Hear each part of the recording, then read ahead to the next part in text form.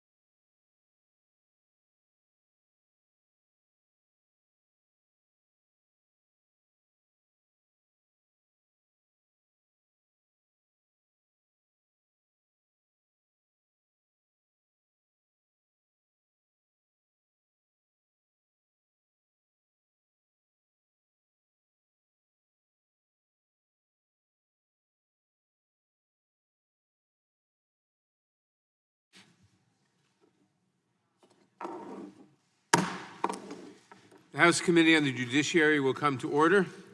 Without objection, the chair is authorized to declare recesses of the committee at any time. We welcome everyone to this morning's hearing on protecting America from assault weapons. I will now recognize myself for an opening statement. Assault weapons have been repeatedly used as weapons of deadly violence on our citizens. In just the last 2 years, Las Vegas, Parkland, Pittsburgh, Poway, Gilroy, Midland, and Odessa have all seen horrible shootings, mass shootings, at the hands of a gunman with assault weapons. And only last month, we added El Paso and Dayton to the list of communities shattered by mass violence perpetrated by a gunman armed with assault weapons. Today's hearing is about whether America will tolerate weapons of war on our streets and in our neighborhoods. Simply put, civilian assault weapons are just semi-automatic versions of military weapons. They have no purpose but to kill as many people as possible, as quickly as possible. By allowing killers to rapidly and repeatedly fire bullets at their human targets without stopping to reload, assault weapons are designed for maximum bloodshed. Although 7 states plus the District of Columbia have passed laws addressing assault weapons, these state laws have proven too easy to evade. This is one reason I support a national ban on assault weapons. For example, despite California's ban on assault weapons, a man was able to drive across the border into Nevada to buy an assault weapon, a 75-round high-capacity magazine plus 5 40-round magazines, and use this weapon to kill 3 people and wound 17 others in a matter of minutes at the Gilroy Garlic Festival. A gunman intent on killing, whether the target is one person or many, can hop over state lines, buy a gun, and return to kill others. We must examine this dangerous problem and how to address it. The 1994 federal assault weapons ban, which expired in 2004, was a watershed event that offers an important guide for our efforts today. Recent studies of the effectiveness of that law have shown that mass shooting fatalities were 70% less likely to occur compared to the periods before and after the ban. Another study found that the federal assault weapons ban was associated with a 25% drop in gun massacres and a 40% drop in fatalities. The ban, however, was not without its shortcomings. During the ban, the gun industry, as usual putting profits over morality, boasted of its ability to modify various assault weapons so that they were technically legal, but were still deadly instruments of mass killing. Writing of one AK-47 clone, Gun World magazine crowed, quote, in spite of assault rifle bans, bans on high-capacity magazines, the rantings of the anti-gun media, and the rifle's innate political incorrectness, the Kalashnikov, in various forms and guises, has flourished. Today, there are probably more models, accessories, and parts to choose from than ever before, close quote. Thus, boasting about how to evade the law, a law intended to protect human lives. As we consider how best to address the problem of assault weapons, we must examine the loopholes in the 1994 law that weakened its effectiveness. Although the lethal impact of assault weapons is horribly evident in mass shootings, assault weapons present a far broader problem. These weapons pose a daily threat to our communities, whether or not their use in particular instances cause mass casualties or make national news. They hold particular appeal to criminals who can wield terror with them, even without causing loss of life on a wide scale. For too long, the response in Congress to the daily toll of gun violence in our streets, in our schools, and in places of worship has been moments of silence. That has changed. Earlier this year, this committee reported, and the House passed, legislation to expand and improve our background check system. And this committee recently approved bills to establish systems for extreme risk protection orders, ban large-capacity magazines, and prohibit individuals convicted of hate crime misdemeanors from possessing firearms. We will soon discover whether the Republican leadership of the Senate is still in abject fealty to the gun manufacturers or not when they consider this legislation. Today's hearing continues the important task of addressing our shameful national problem of gun violence. Today, we will discuss assault weapons and examine options for dealing with these particularly dangerous weapons of war. And tomorrow, our Subcommittee on Crime, Terrorism, and Homeland Security will conduct a hearing concerning community responses to gun violence in our cities. We must take a comprehensive approach to solving the national crisis of gun violence, an issue that for too long has been ignored by national leaders. We know that the American people want us to examine the facts and to find solutions, and this hearing is an important step towards that goal. I would like to recognize the survivors and advocates here today, including those from Newton, Parkland, March for Our Lives, and Moms Demand Action. I thank you for your tireless advocacy. You inspire us all. I thank our witnesses for appearing today, and I look forward to their testimony. I understand that the ranking member is on his way. We will proceed to witness testimony at this time. I will recognize the ranking member for his opening statement when he arrives. Without objection, all other opening statements will be included in the record. I will now introduce today's witnesses. The Honorable Nan Whaley is the mayor of Dayton, Ohio. Since the mass shooting in Dayton this past August, Mayor Whaley has been a leading advocate for gun safety legislation. Before joining city government, Mayor Whaley served on the Montgomery County Board of Elections and as a deputy to the Montgomery County Auditor. She received her BA from the University of Dayton and her MPA from Wright State University. Dr. Alejandro Rios Tovar, did I get that right? Dr. Alejandro Rios Tovar is a surgeon at Texas Tech University Health Sciences Center at El Paso. After the mass shooting attacks at a Walmart in El Paso, Dr. Rios Tovar treated victims of the shooting. He received his MD from the University of Texas School of Medicine at San Antonio. Dr. Rachel Brackney, did I get that right? Rochelle. Dr. Rochelle Brackney is the Chief of Police of Charlottesville, Virginia. Previously, Dr. Brackney served for 30 years with the Pittsburgh Bureau of Police and served as the Chief of Police of the George Washington University. She was also the first African-American woman to oversee a Special Operations Division. Dr. Brackney received her BA and MA from Carnegie Mellon University and her PhD from Robert Morris University. She was also a graduate of the FBI National Academy in Quantico, Virginia. Kristen Rand is the Legislative Director for the Violence Policy Center. Before joining the Violence Policy Center in 1994, Ms. Rand served as a counsel with the Consumers Union. Ms. Rand received her BA from the University of Southern California and her JD from George Washington University. Amy Swearer is a senior legal policy analyst in the Meese Center for Legal and Judicial Studies at the Heritage Foundation. Previously, she held positions with the Charles Koch Institute and the Lancaster County, Nebraska Public Defender's Office. She received her Bachelor of Science in Criminal Justice and her JD from the University of Nebraska. Diana Muller is the founder of the DC Project, a grassroots initiative to bring one woman from every state to Washington, D.C. each year to meet with legislators on behalf of gun owners. She is also a co-host of Shooting Gallery on the Outdoor Channel. Previously, she served for 22 years in the Tulsa Police Department. Ms. Muller received a Bachelor of Science in Criminal Justice and Psychology from the University of Central Missouri. David Chipman is a Senior Policy Advisor at Giffords Law Center and is a member of the Firearms Committee of the International Association of Chiefs of Police. Prior to assuming his current positions, Mr. Chipman served for 25 years as a special agent for the Bureau of Alcohol, Tobacco, Firearms, and Explosives. Mr. Chipman received his BA from American University and his Master's in Management from Johns Hopkins University. We welcome all our distinguished witnesses, and we thank them for participating in today's hearing. Now, if you'd please rise, I will begin by swearing you in. Raise your right hand. What happened?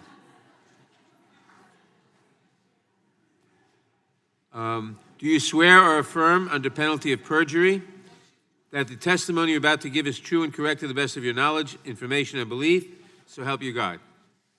You may be seated, and thank you. Let the record show the witnesses answered in the affirmative. Please note that each of your written statements will be entered into the record in its entirety. Accordingly, I ask that you summarize your testimony in 5 minutes. To help you stay within that time, there is a timing light on your table. When the light switches from green to yellow, you have 1 minute to conclude your testimony. When the light turns red, it signals your 5 minutes have expired. Mayor Whaley, you may begin. Thank you, Chairman Nadler. On August 4th at 1 a.m., Dayton's Oregon District was bustling like it usually is with a diverse group of friends and neighbors enjoying a night out. People hopped between bars and restaurants as last call approached. Others waited in line at a popular taco truck for a late-night snack. But that all changed in an instant. At 1:05 a.m., a young man armed with an AR-15 pistol variant walked down an alley between two bars and began spraying high-velocity rounds into the crowd. He then turned down a crowded street as people tried to run for safety. Friends pulled each other into doorways to try to escape falling bullets. One man threw his girlfriend to the ground and covered her body with his own. People literally ran out of their shoes. Less than a minute later, 9 people were dead and 17 others had been shot. Dozens more were injured in the commotion. 32 seconds. In just 32 seconds, 26 people had been shot, 9 families had lost loved ones, and dozens more will never be the same. The entire incident was over in half as much time as I've been speaking to you so far today.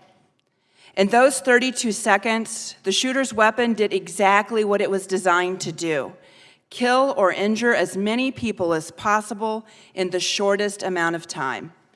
It was a weapon designed to inflict maximum damage to human beings. It left a trail of destruction, not on some foreign battlefield, but down a historic brick street in Dayton, Ohio. I visited the crime scene the morning after the shooting, and the thing I remember most clearly is the smell of bleach. A street sweeper was being used to try to clean the road, and men in hazmat suits were scrubbing the sidewalks. The meat still sat on the grill of the taco truck. Little yellow placards showing where bullet casings were found looked like they had been scattered without thought. I was in a place that was both completely familiar and completely foreign. The shooting occurred nearly 2 months ago, but our sidewalks are still stained after even numerous power washes. Many buildings and street signs still have bullet holes in them. And these are just the physical scars left by the shooting. Young people who were in the district that night talk about their new fear of crowds. Bartenders in the neighborhood are consumed with anxiety at the sound of sirens. Neighbors dread the sound of fireworks after being awakened by gunfire. Our whole city is hurting, all because a young man with a history of violent ideas could get his hands on a weapon capable of such destruction. And yet, we are lucky. Just 32 seconds after the shooting began, Dayton police neutralized the gunman. He was killed as he attempted to enter a bar where hundreds of people were hiding. If he shot 26 people on the street in 32 seconds, what could he have done in that bar?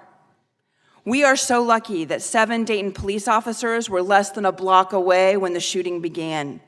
We are so lucky that these officers relied on their training and their courage and ran directly into the gunfire. I have thought a lot about the bravery of the Dayton police and the impossible situation that confronted them. Why do we ask our first responders to face down weapons that can do so much damage in so little time? Our city has honored these heroes. The White House has honored these heroes. But if we are serious about honoring and thanking our brave first responders, the best thing we can do is make sure they are never put in this situation again. Police should not have to confront a weapon that can kill 9 people in 32 seconds. No one should. The evening after the shooting, thousands of people gathered for a vigil on the same street where 9 of their neighbors had died only hours earlier. When Governor Mike DeWine took the stage, hundreds of people shouted in frustration, "Do something. Do something." The massacre that happened in Dayton and has happened into too many communities across this country demands a response. We must ensure that no American, neither a young person on a casual night out nor a police officer on patrol, has to face down weapons capable of so much destruction. I'm here today on behalf of the citizens of Dayton and mayors across the country to ask you to keep weapons like this off of our streets. I'm here to ask you to do something. Thank you, Chairman. Thank you, Dr. Tovar.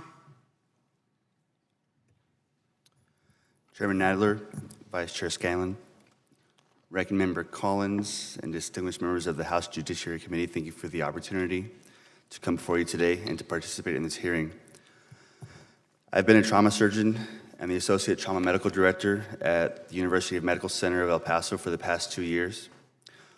On the Saturday morning of August the 3rd, I just finished a typical 30-hour shift at the hospital with the usual gallbladder surgery.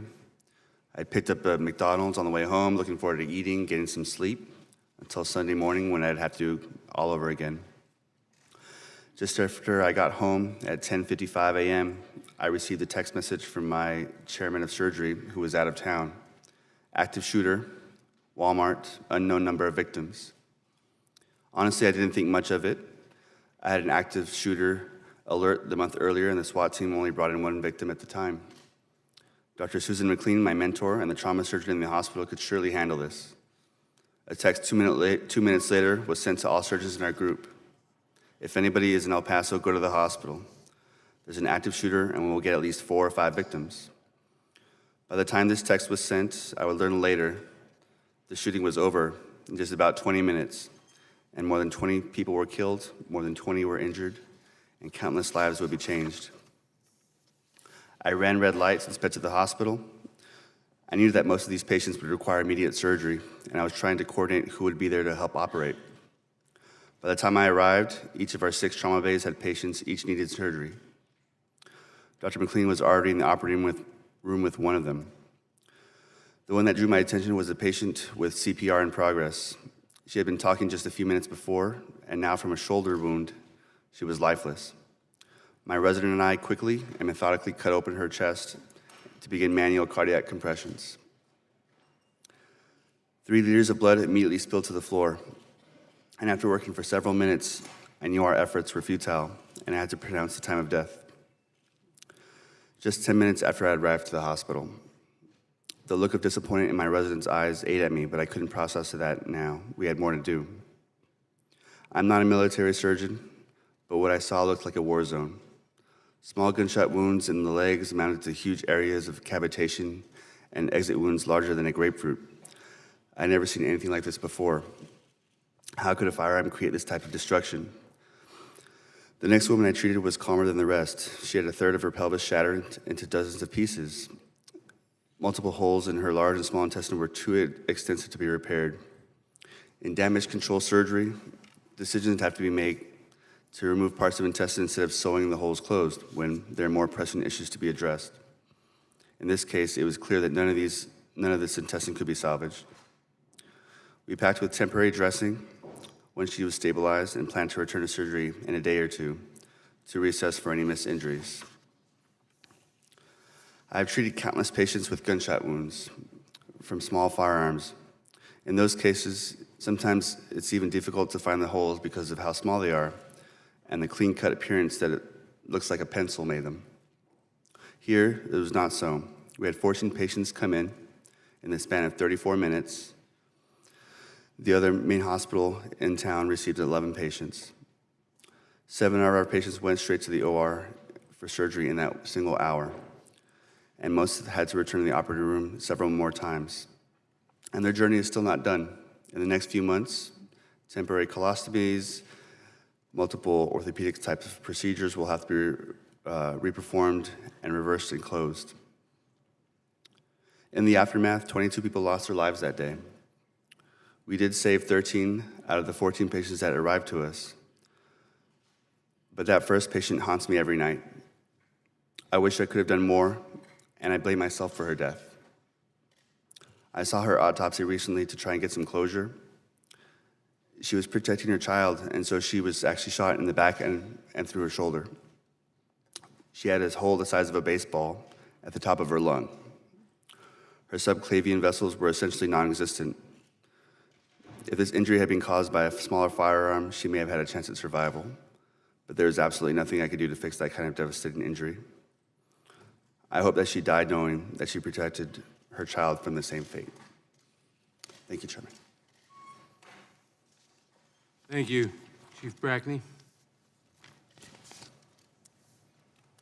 Committee Chairman, Representative Gerald Nadler, Ranking Member, Representative Collins, and members of the U.S. House of Representatives, Committee on the Judiciary. I bring you greetings on behalf of the Executive Board and members of the National Organization of Black Law Enforcement Executives, NOBLE. As you know, my name is Dr. Rochelle Brackney. I am a member of NOBLE and the Chief of Police for the Charlottesville Police Department in Charlottesville, Virginia, and all that that brings with it. It is an honor for NOBLE to provide written testimony on the topic of protecting America from assault weapons. NOBLE is very concerned about the level of gun violence in the United States, and specifically the correlation between violence and the proliferation of assault weapons and high-capacity ammunition magazines. It is our organization's opinion that violence, particularly gun violence, is a public health issue. And as with all public health issues, it demands a comprehensive, non-judgmental, pragmatic, evidence-based approach to saving lives and reducing injury.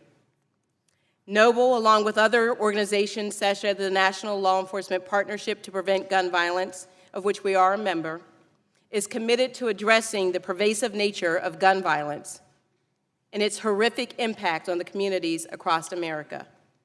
Specifically, firearm-related injuries and deaths to include homicides, suicides, and accidental shootings involving assault weapons is unacceptable and demands immediate action.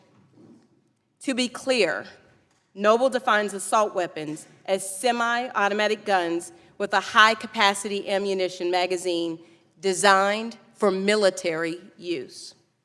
We advocate for limiting high-capacity ammunition magazines to 10 rounds and the regulation of new semi-automatic assault weapons. In 2016, assault weapons accounted for 1 in 4 police officers killed in the line of duty through gun violence. Noble supported the Public Safety and Recreational Firearms Use Protection Act, or the Federal Assault Weapons Ban, AWB of 1994, and the Federal Assault Weapons Ban Reauthorization Act of 2004. We currently support H.R. 8, which is a bipartisan background check act of 2019, as does 90% of all Americans. Assault weapons have been used in many mass shootings, such as Marjorie Stoneman Douglas High School in Parkland, Florida, the Tree of Life Synagogue shooting, the Las Vegas Music Festival shooting, and in El Paso. We believe the level and the lethality of gun violence directed at police officers and our communities requires an organized and aggressive response from policymakers at the federal, state, and local levels. Elected officials must commit to closing gaps in the current regulatory system, including those that enable felons, minors, and other prohibited persons to access firearms, and those that allow the trafficking of illegal guns. Law enforcement plays a central and critical role in preventing gun violence and solving crime. Effective strategies for the strict enforcement of laws concerning the illegal possession, trafficking, and criminal use of firearms are vital, and we need to be supported by data, research, technology, training, and best practices. Because the public's health and safety depend on the efforts of law enforcement, agencies must have resources sufficient to prioritize the protection of officers and communities against guns and firearm violence. The crisis of gun violence in our country necessitates a sustained, coordinated, and collaborative effort involving citizens, elected officials, law enforcement, and the entire criminal justice system. On behalf of the law enforcement leaders of Noble, we thank you for supporting law enforcement and our ability to maintain public safety while continuing to address the health issue of gun violence. Our members stand ready to meet the needs of our communities and the nation's, and we thank you for the opportunity for you to do the same. Thank you very much. Ms. Rand? Thank you, Mr. Chairman and members of the committee, for hearing the views of the Violence Policy Center. We're a national educational organization working to reduce gun violence. Generally, semi-automatic assault weapons are civilian versions of military assault weapons. Semi-automatic assault weapons look the same as their military counterparts because they are virtually identical, save for one feature. Military assault weapons are machine guns capable of fully automatic fire. Assault weapons did not just happen. They were developed to meet well-defined combat needs. The most significant assault weapon functional design feature is the ability to accept a detachable ammunition magazine. The gun industry introduced semi-automatic versions of military assault weapons in order to create and exploit new civilian markets for these deadly weapons. The gun industry began to aggressively market assault weapons in the 1980s. And although the gun lobby today argues there's no such thing as a civilian assault weapon and now euphemistically refers to them as modern sporting rifles, the industry and gun magazines enthusiastically describe these civilian versions as assault rifles, assault pistols, and military assault weapons to boost civilian sales throughout the 1980s. The industry's marketing of assault weapons has intensified as the market for traditional hunting and sporting firearms has waned. Today's militarized gun industry is focused primarily on developing and marketing increasingly lethal assault weapons. The gun industry's marketing campaigns stress that semi-automatic assault weapons available to civilians are the equivalent of those used by the military. The industry's marketing materials are replete with military images and language. I'll just give you one example from FN's 2019 catalog. Our tactical firearms are the stuff of legend. Every innovation is born in the battlefront, built for the home front. The rise of public mass shootings directly coincides with the increasing availability of assault weapons in high-capacity magazines. Prior to the 1980s, the United States very rarely experienced the trauma of a public mass shooting. That began to change in 1984 when James Huberty decided he wanted to go hunting for humans at a McDonald's in San Ysidro, California. Huberty wielded an Uzi carbine and killed 21 and wounded 19. Now these assault weapon attacks are coming with increasing frequency and higher death tolls. The impact of the industry's intensifying focus on military-style firearms can be seen in the weapons chosen by today's mass shooters. For example, the shooter who killed 9 and wounded 27 in Dayton chose an AR-type assault pistol equipped with a stabilizing brace, a relatively new trend in industry innovation. A major point I would like to make, and given this opportunity, is that assault weapons are not just about mass shootings. The threat posed by these weapons is much broader than that. And in fact, they pose a significant risk to law enforcement. The Violence Policy Center performed an analysis of unpublished information from the FBI and determined that 1 out of 5 law enforcement officers slain in the line of duty in 2016 and 2017 were killed with assault weapons. In addition, assault weapons are the clear weapons of choice of cross-border gun traffickers supplying criminal organizations in Mexico and other Latin American countries. We have an ongoing project looking at the firearms seized in the context of these types of trafficking prosecutions and found that 55% of the 6,000 firearms named in trafficking prosecutions were assault weapons. And finally, assault weapons are used in street crime, which I'm sure you'll hear more from law enforcement today. I just quickly want to address some items with respect to policy. A ban, the definition must be very clear and something the industry cannot evade, and we must find a way to grapple with the grandfathered weapons. Those are the 2 major flaws with the '94 law, and we need those to be addressed. Thank you for considering my views. Thank you very much, Ms. Ware. Chairman Nadler, Ranking Member Collins, and distinguished members of Congress. My name is Amy Swearer, and I am the Senior Legal Policy Analyst at the Heritage Foundation's Ed Meese Center for Legal and Judicial Studies. Just as doctors can only recommend an effective treatment plan if they first form a correct diagnosis based on accurate assessment of the symptoms, policy analysts and policy makers must have an accurate understanding of the societal problems they are seeking to combat. Unfortunately, too many policymakers appear completely uninformed about basic factual realities related to guns and gun violence. Don't misunderstand me. We all want safer communities, but the characteristics distinguishing so-called assault weapons from non-assault weapons are not factors like caliber, lethality, or rate of fire. Proposals to ban scary-looking features like barrel shrouds or pistol grips are, for all intents and purposes, proposals to force law-abiding citizens to own guns that are harder for them to handle, harder to fire accurately, and more likely to cause them injuries, even when they are being used for lawful purposes.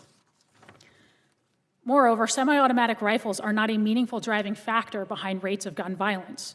2/3 of gun deaths in this country are suicides, where the type of firearm is essentially irrelevant. With respect to gun crimes, over 90% are committed with handguns. Rifles of any kind are definitively used in only 3 to 4% of gun homicides every year, and an American citizen is 4 times as likely to be stabbed to death than they are to be shot to death with a rifle of any kind. Despite frequent claims that semi-automatic rifles are the weapon of choice for mass public shooters, in the last decade, over half of these shootings have been carried out with handguns alone. On the other hand, semi-automatic rifles like the AR-15 are so well suited for defensive action against threats in a civilian context that the Department of Homeland Security quite literally designates them as personal defense weapons for law enforcement officers. It is little wonder, then, that millions of law-abiding citizens in this country also choose these types of semi-automatic rifles as their own personal defense weapons. Far from needing to be protected from these rifles, law-abiding Americans benefit when they are allowed to defend themselves with them, particularly in situations where they are outnumbered. Just last week, a homeowner in Rockdale County, Georgia, relied on his scary-looking semi-automatic assault weapon to defend himself against 3 masked teens armed with at least 1 handgun who tried to rob him and other residents in their own front yard. Ironically, the rifle deemed an assault weapon by many in this room was used defensively to protect innocent people against assault, while the perpetrators used a non-assault weapon offensively to commit actual assault. Importantly, some of the most famous examples of the defensive use of assault weapons by civilians come from scenarios where the government has been either unable or unwilling to defend entire communities from large-scale civil unrest. During the 1992 LA riots, for example, law enforcement was nowhere to be found as hundreds of looters ransacked Koreatown. Ordinary store owners like Richard Ree and his employees took it upon themselves to defend their livelihoods from lawlessness, using, in many cases, semi-automatic rifles. Similar stories emerged during the civil unrest in Ferguson, Missouri in 2014. There are some here today who still genuinely don't understand why or how anyone would need such scary-looking rifles for purposes other than mass murder. And so I have permission from my mother to explain it to you by partially embarrassing her. My mother did not grow up with firearms, and they will never be her favorite thing in the world. In fact, she'd never handled a firearm until I took her to the range for the first time several years ago. Now, I love my mother, but like every other novice with a handgun, she was quite bad. I mean, she struggled to hit a stationary target from 6 yards out under ideal conditions. And then she picked up an AR-15. And I watched my mother put a fist-sized grouping of lead in the center mass of a target from 20 yards out. That is why law-abiding citizens buy millions of these firearms. When accuracy and stopping power matter, they are simply better. Americans use firearms to defend themselves between 500,000 and 2 million times every year. God forbid that my mother is ever faced with a scenario where she has to stop a threat to her life. But if she is, I hope politicians protected by professional armed security didn't strip her of the right to use the firearm she can handle most competently.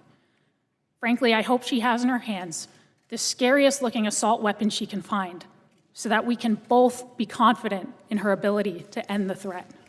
Thank you. Thank you, Ms. Muller.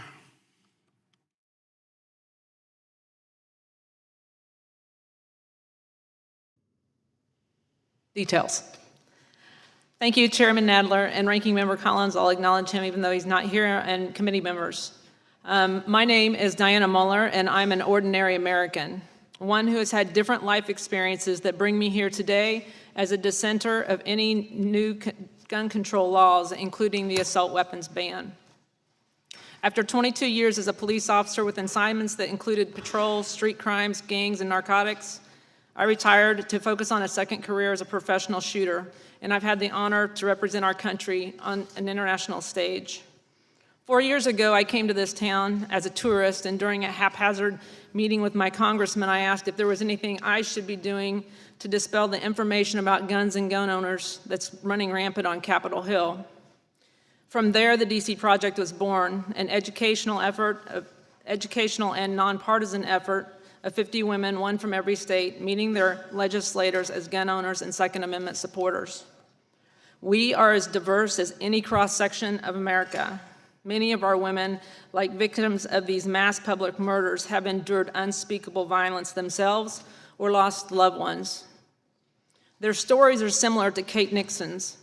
It was reported that Kate knew her coworker was unstable and felt that he would shoot up the place. Her husband encouraged her to take a pistol to work, but she didn't want to break the rules. She followed the policy that was supposed to keep her safe, a gun-free zone, and she was murdered the next day in the Virginia Beach tragedy. These laws and policies are taking away a woman's right to choose. Gun rights are women's rights. That's why I'm honored to be here today, to be a voice for the millions of American women who share my ideology but are not represented in mainstream media or squelched on social media. As a woman, I'm likely smaller and less equipped for violence than an attacker, or if I'm outnumbered by people who may do me harm, my firearm is the great equalizer and levels the playing field. I married late in life, and I spent the majority of my adult life sleeping by myself. There were so many nights that there were bumps in the nights, and I'm sure it's happened to you guys, but I have a peace because I have a firearm by my side, specifically an AR-15. I own and carry firearms not to take a life, but to protect a life. I am worth protecting. My family is worth protecting. So why does anybody need an AR-15? Let me explain it in shoes. You wouldn't run a marathon in dress shoes, and you wouldn't go to a formal ball in sneakers. Similarly, each of my firearms have a specific purpose. The AR-15 just falls in the category of that really comfortable dressy shoe that gets called on in many occasions. It's my go-to for home defense and vehicle gun. As a competitor, I've turned a hobby into a living, and my husband hunts with an AR. The AR-15 platform is the most popular general-purpose rifle because it's the most versatile and most customizable. And freedom doesn't ask why the need. To quote William Pitt the Younger, necessity is the plea for every infringement on human freedom. It is the argument of tyrants. It is the creed of slaves. For 22 years, I enforced the laws you created, and I had a front row seat to the justice system. It's frustrating to see the revolving door where prosecutors reduce or drop charges and judges give minimal sentencing. I find it ironic in today's effort of criminal justice reform that you are taking steps to be lenient on people who have actually committed crimes against laws you've already created, while at the same time proposing more laws that turn ordinary law-abiding citizens like myself into criminals. How about holding the people accountable for the laws that are already on the books before we pass any further legislation that would only be a burden on the law-abiding? If these laws were the answer, Chicago, Baltimore, LA, and even this city would be the safest city in America. The firearms community is #doing something. We are leading the way on meaningful safety measures. I implore you, work with us instead of demonizing us. Law-abiding American gun owners are not the enemy. Help our community promote programs like Project Child Safe, Eddie Eagle, and the Kids Safe Foundation that teaches kids about firearm safety. Faster Saves Lives and School Shield are school security programs. And Walk the Talk America is suicide prevention programs. These are initiatives that are being driven by the firearms industry. If you really want to make a difference in gun-related deaths, get behind these programs and fund them, because we believe one life unjustifiably taken is one life too many. Let's put firearms education back in schools and start protecting our kids like we protect the people in this building. Education over legislation. Thank you for your time to speak. Thank you for the opportunity, and thank you for your time and your service. Thank you, Mr. Chipman. Good morning, Chairman, members of the committee. Thank you for letting me testify today. My name is David Chipman, and I am the Senior Policy Advisor at Giffords, the gun violence prevention organization founded by former Congresswoman Gabby Giffords. I am a gun owner, and I served as a special agent for the Bureau of Alcohol, Tobacco, Firearms, and Explosives for 25 years. Throughout my ATF career, I served on the front lines of our government's efforts to prevent violent crime and effectively regulate the firearms industry. I worked to disrupt firearms trafficking conspiracies along the Iron Pipeline, served on ATF's SWAT team, and later was the special agent in charge of the agency's firearms programs. My time as a federal law enforcement officer taught me that although all weapons can be dangerous in the wrong hands, some weapons are particularly lethal and should be more strictly regulated. Our nation's current gun violence crisis has made two things very clear. One, it is far too easy for violent people to get their hands on deadly weapons. And two, the American people overwhelmingly want Congress to act now to make their communities safer. Assault weapons are a class of semi-automatic firearms originally intended for military use, designed to kill people quickly and efficiently. These weapons are often the weapon of choice for mass shooters. Assault weapons like the semi-automatic AR-15 I used on ATF's SWAT team are configured so that a shooter can fire accurately and rapidly. Most importantly, they can accept detachable magazines. There is virtually no limit to the possible size of a magazine. This enables the shooter to continue firing as many as 100 rounds without having to stop and reload, maximizing the casualties in a shooting. Absent the ability to fire automatically, these weapons are identical to those used by the military. The public and many lawmakers, including many on this committee, have called for a renewal of the 90s-era assault weapons ban. As an ATF special agent charged with enforcing that law, I can say with confidence that there were both benefits and limitations. The 1994 Act had a positive effect on public safety. Research indicates that during the 10-year period the federal assault weapons ban was in effect, mass shooting fatalities were 70% less likely to occur compared to the periods before and after the ban. The 1994 Act suffered from notable limitations. The law did not regulate the transfer or possession of assault weapons manufactured before the law's effective date. Manufacturers took advantage of this loophole by boosting production of assault weapons in the months leading up to the ban.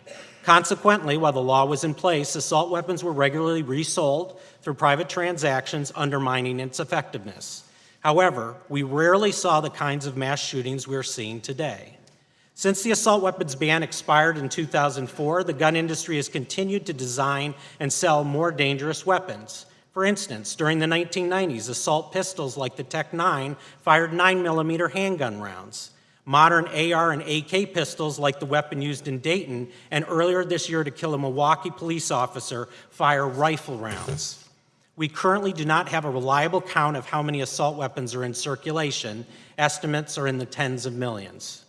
If our goal is to balance the rights of responsible law-abiding gun owners and the urgent need to keep particularly dangerous weapons out of the hands of criminals, simply reinstating the 90s-era ban on assault weapons is not enough. One option would be to require the registration of all existing assault weapons in civilian hands under the National Firearms Act, while banning the future manufacture and sale of these firearms. The NFA was enacted in response to violent gun crimes and the deaths of law enforcement officers during the 1930s. The NFA imposes an excise tax and registration requirement to possess certain weapons, including silencers, sawed-off shotguns, short-barreled rifles, machine guns, and other particularly dangerous firearms. In order to possess one of these weapons, applicants must pass a background check, provide fingerprints and a photo, pay a $200 transfer tax, and register their NFA weapon with ATF. Using the NFA to address assault weapons would use an existing and effective regulatory structure that allows lawful ownership, while also addressing the public safety concerns. For more than 80 years, this regulatory system has worked effectively. Legally owned NFA weapons are rarely used in crime. I have built my career around the belief that it is possible to balance rights and responsibilities. I have stood in the face of danger to protect public safety carrying an assault weapon. It is simply unacceptable that military-style and high-powered weapons are so readily available to civilians today, and that they increasingly lead to loss of innocent lives. We can and should take action to make our communities safer. Thank you for considering my testimony today, and I look forward to your questions. Thank you very much. The ranking member, the gentleman from Georgia, has arrived, and we'll hear his opening statement before we begin questioning under the 5-minute rule. Gentleman from Georgia. Thank you, Mr. Chairman. Thank you for your indulgence today. Thanks for holding this hearing on the so-called assault weapons. Let's hope that today's hearing, we'll all have a better understanding of these types of rifles and how they are used in committing crimes, particularly murder. I hope we can also have an open and honest dialogue about the firearms my colleagues wish to ban. I hope we can avoid the rhetoric that has plagued this discussion for decades. Only when we are equipped with the facts can we mobilize to effectively prevent violent crime, a goal we all share. Let's first look at the term assault weapon and when the term entered the American lexicon. Many attribute the invention of the term to Josh Sugarman, the boss of one of our witnesses here today. In 1988, Mr. Sugarman stated, assault weapons, just like armor-piercing bullets, machine guns, and plastic firearms, are a new topic. The weapon's menacing looks, coupled with the public's confusion over fully automatic machine guns versus semi-automatic assault weapons, anything that looks like a machine gun is assumed to be a machine gun, can only increase the chance of public support for restrictions on these weapons. In addition, few people can envision practical uses for these weapons.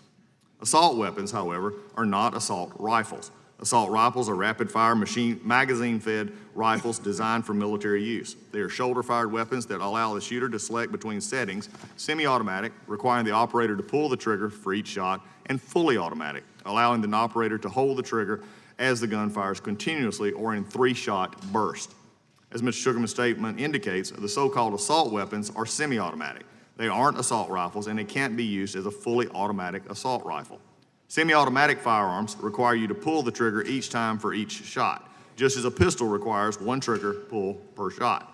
Unfortunately, many in the American public and the media, and shockingly in this body, do not understand the difference. We must understand what different firearms do and how they function if we want to have effective laws to prevent gun violence. I can't imagine anyone here today would advocate for legislation that does not actually make our families safer, but that's what I fear we're headed for. As one member of this committee has conflated the term assault rifle and assault weapon multiple times, dear colleagues' letter seeking support for a bill banning assault weapons. And as we dive into these conversations, let's clear up another popular misconception. The AR in AR-15 does not stand for assault rifle. Rather, it stands for Armor Light Rifle Model 15. AR-15s are not assault rifles. They are semi-automatic firearms that function similarly to hunting rifles, where the operator pulls the trigger to fire each shot. The differences between these guns are largely cosmetic. Sadly, disinformation comes from many sources. A state senator from California, when speaking about an assault weapon, stated that right here has the ability of 30, and this is their term, not mine, a 30 caliber clip, should be a magazine, to disperse 30 bullets in a half a second. 30 magazine to disperse in a half second. Either that's a blatant misrepresentation or an indication of shocking ignorance. Even a fully automatic military-issued M4 cannot fire at such a rate. Another member of the committee stated that I've held an AR-15 in my hand, wish I hadn't. It was as heavy as 10 boxes that you might be moving, and a bullet that is utilized is a 50 caliber. These kinds of bullets need to be licensed and do not need to be on the street. This is a brief statement somehow manages to make several basic factual errors. An AR-15 weighs between 6 and 7 pounds, fires a .223 round of ammunition. It does not fire 50 caliber ammunition. Anyone who knows or discussed this about firearms would know that it is absurd to even suggest it. I hope that we can clear up these misconceptions in today's hearing, but my hopes are not high. However, when we have a Democratic presidential candidate say, hell yes, we're going to take your AR-15, let's hope cooler and rational heads prevail here today. Finally, let's review how these so-called assault rifles are used in crime. Some estimate and calculate the number of assault weapons in private hands at around 10 million. In 2017, according to the FBI, there were 403 murders committed with all rifles, not just those deemed to be assault weapons. By comparison, knives and cutting instruments were used in 1,591 murders, blunt objects, clubs, hammers, bats, 467, hands, feet were used in 696 murders. At the same time, the National Highway Traffic and Safety Administration found speeding killed 9,717 people, yet I do not see any of my colleagues advocating for the prohibition of a purchase or possession of a vehicle traveling more than 70 miles an hour. My friends, if we're going to have this debate, and we should, we must be honest with each other and take the time to learn basic facts about the items we're looking to ban, and also the result of what that might actually incur. That's not too much to ask, and hopefully the witnesses here today can assist with that task. With that, I yield back. Thank the gentleman. We'll now proceed under the 5-minute rule with questions. I'll begin by recognizing myself for 5 minutes. Ms. Rand, there are certain features that distinguish assault weapons from hunting rifles. Earlier this month, this committee reported out a bill by Representative Deutsch that would ban large-capacity magazines. During the 1994 ban, people got around the ban by various means. How should we define an assault rifle that we might want to ban in order to get around the easy adaptability of such weapons by putting on various parts or some other way? Thank you for your question, Chairman Nadler. I think the major problem with the 94 law is that it defined an assault rifle, for example, by the ability to take a detachable ammunition magazine, which is the most important and most deadly feature, and then required 2 additional listed assault rifle features, such as a pistol grip or a bayonet lug. And basically what the industry did was take off one of the more superfluous factors like a bayonet lug, but they could retain the pistol grip, which allows the shooter to have better control during rapid fire. So if we go to what's known as a 1 characteristics test and clearly define those characteristics that define an assault weapon, and assault weapons also include assault pistols and assault shotguns, then we'll be on much firmer footing. And that would eliminate these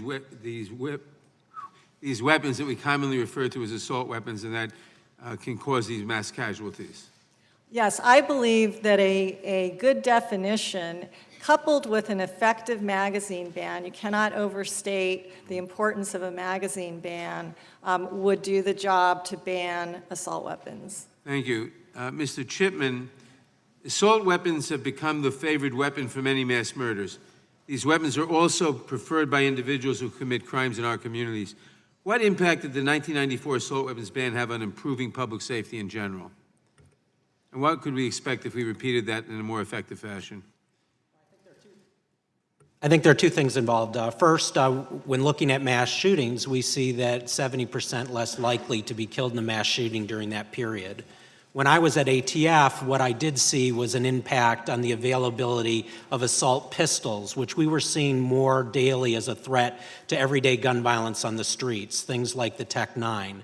And I think that what we would expect to see in the future is similar declines over time. So it enhanced public safety. It certainly didn't make the streets more dangerous, which is often the claim if we didn't have those weapons available to the public. Thank you very much. And Dr. Tovar, what does a gunshot wound from an assault weapon look like compared to a wound from a handgun? So what additional challenges did you face in the aftermath of the El Paso attack? Again, according to my testimony, what I was saying that these large caliber cartridges, bullets, had serious cavitation greater than the size of my fist. That amounted to. What does cavitation mean? What do you mean by that? There's an effect not just with the bullet, but also a temporary cavitation effect with the kind of like a blast effect that's internal as well.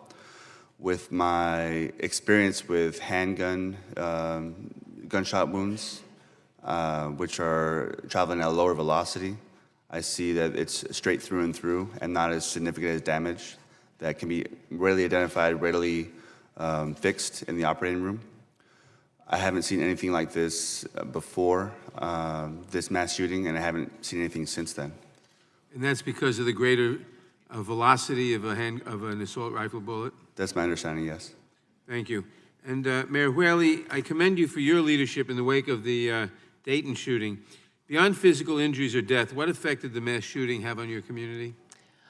Thank you, Chairman. The effect has been long-term, particularly for the trauma that the community's dealing with even today. And other mayors experience this in their communities as well, like the mayor of Pittsburgh and Parkland, et cetera. Anytime another shooting happens in the country, the whole community goes through the shooting again. We've seen that already, unfortunately, with the Midland and Odessa shootings. And we know that the mental health work that we'll need to do will take years for us to really make sure that people have the services they need.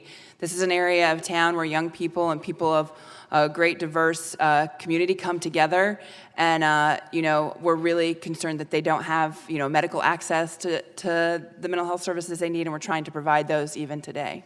Okay, thank you very much. My time has expired. I recognize the ranking member, the gentleman from Georgia, Mr. Collins, for his questions. Thank you, Mr. Chairman. Ms. Muller, I have a question. Can you, just in general, what you've heard already this morning, some of the misconceptions that we frequently hear in this discussion surrounding what we call so-called the assault weapons?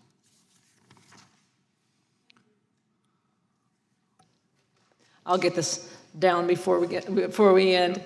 Some of the things I've heard here today is we're talking about cosmetic things, and I disagree with what I've heard here today because a 22 rifle that everybody may have seen as a brown stock and something that your father may have given you, we can turn that into an AR platform and it look like an AR platform, and you would think that this is a weapon of war. These are cosmetic differences, and they do not make it any different. Ms. Muller, can I stop you right there for just a Yes, second? sir. You just said something this often. Is it not true historically that all weapons come out of war? Then Well, why are we continuing to say that this is a weapon of war? All weapons come out of war. Correct. Well, my point is that any firearm is lethal force. So our community is all about safety and trying to educate people into how to, being responsible gun owners. We're not for.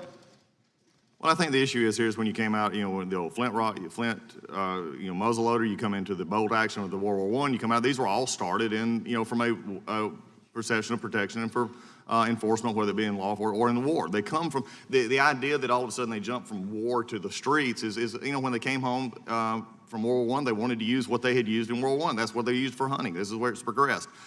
Do assault rifles, another question here, assault rifles shoot any faster than any other semi-automatic firearm? No, sir. They don't. Is it, one of the issues is you served as a law enforcement officer during the time of the previous assault weapon ban from 94 to 2004. Did it have any impact on your safety as a law enforcement officer or those that you were sworn to serve and protect? No, sir. I was before, during, and after the previous assault weapons ban, and I saw zero effect on me personally, and I believe the FBI statistics stated that it was ineffective, and therefore I believe you guys let it sunset. All right, Ms. Ware, last week this committee passed on a party line vote a red flag law. Do you have any concerns with what this committee reported, and if so, what are they? Thank you for your question. So I've written fairly extensively on red flag laws, and while I agree that there may be a place for targeted intervention for people who are objectively dangerous, whether due to mental illness or other reasons, there are serious concerns with policies such as the ones that have recently come out of this body. Part of that is a complete lack of due process. So we are talking about taking away, even temporarily, a fundamental constitutional right. There need to be very high burdens of proof. There need to be objective, narrow measures as to what's constituting dangerousness. There need to be, with regard to things like ex parte orders, quick follow-up, not allowing people to wait 30 days before they have their hearing after already infringing on their constitutional rights. We need to ensure that there are provisions for the restoration of those rights, and things like that are vitally important, and they are not measures that I've seen adequately imposed in many of these bills. And I'm sure you followed this from last week, that we really took two bills and we did what we do up here a lot, and that's sandwich it into a same bill, and which created a lot of problems. And I think one of the issues was, jurisdictional influence, forum shopping. Is that something else that's concerning in this, from what was passed out here to that actually would solve anything that we're looking at? Well, so my understanding of the one that was passed is that it would essentially be state-type grants. Well, it did until we added on the federal side of it. We Yeah, actually did. when we're looking at federal type of red flag laws, I mean, one of the big things should be follow-up in terms of like mental health treatment, ensuring that people have a route to, have their rights restored to them. And so part of the problem is jurisdictional. You don't have that at a federal level the way you do at a state level. And frankly, it's not really a federal jurisdictional type of issue. And I appreciate that, and I appreciate the conversation about the 22, the old 22. I can put as many bullets down to the old log, and I can shoot it quick as anything else, and it's 50 years old. It's not a brand new gun. Doctor, I appreciate what you do for your community, and I thank you for the unfortunate incident that you saw. As someone who was a part of our response in Iraq, I was in the hospital at Bloodshed. I saw these, from IEDs and from everything else. And your testimony is very compelling on this, but isn't it true also that a .357 Magnum and with a hollow point bullet or a .44 Magnum with a hollow point bullet would also cause catastrophic damage, as just you have seen also from a. It's my understanding, yes, there has cavitary lesions from those types of weapons as well. So again, I guess if from your testimony on how bad this is, if you really want to do away with what you saw, you need to get rid of all guns, correct? I'm not advocating for anything like that. I'm just telling you what I appreciate what I it, see. but they are similar, and I think that's the only point I was trying to make, is there are similar concussions from different guns, which nobody's talking about taking away up here. And I think they're very similar when you look at it. Thank you for your testimony. Again, thank you for your work. I yield back. Ms. Lofgren, you're recognized. Thank you, Mr. Chairman. On July 28th, a shooter in Gilroy used a Wassner Arrangements semi-automatic rifle called a WASR-10, which is a variant of an AK-47, and he had a 75-round drum magazine and 5 40-round magazines as he carried out his attack. Now, the sale of this firearm in high-capacity magazines are actually banned in California, but he went over to Nevada, bought them there, and brought them back to Gilroy. You know, he killed Stephen Romero, age 6, who lived in my district, and Kyla Salazar, who was 13, who lived in my district, and Trevor Irby, who was just 25, lived over in Santa Cruz, and he injured 17 others, and he did that in under 60 seconds because the Gilroy police, who were outgunned, actually ran up to him, and in less than a minute, they shot him, and then he shot him and killed himself. So I really am grateful to the Gilroy police officers, but I feel a need to take action so that you can't have a weapon that can do so much damage in under 60 seconds and kill innocent people who have a right to be able to go to a family-friendly festival and not be in fear of their lives. You know, after that, Mayor, I heard your testimony about the impact on a community. It's very real for the people who were there, for their neighbors, for their fellow parishioners and their friends, but really it's a whole community. The next weekend, there were family-friendly festivals that were canceled because people were afraid to go out in public. And so we have created here a situation where the kind of thing that I had growing up, where I could go to a park or a grocery store or walk down the street and not be afraid, that's not the case anymore.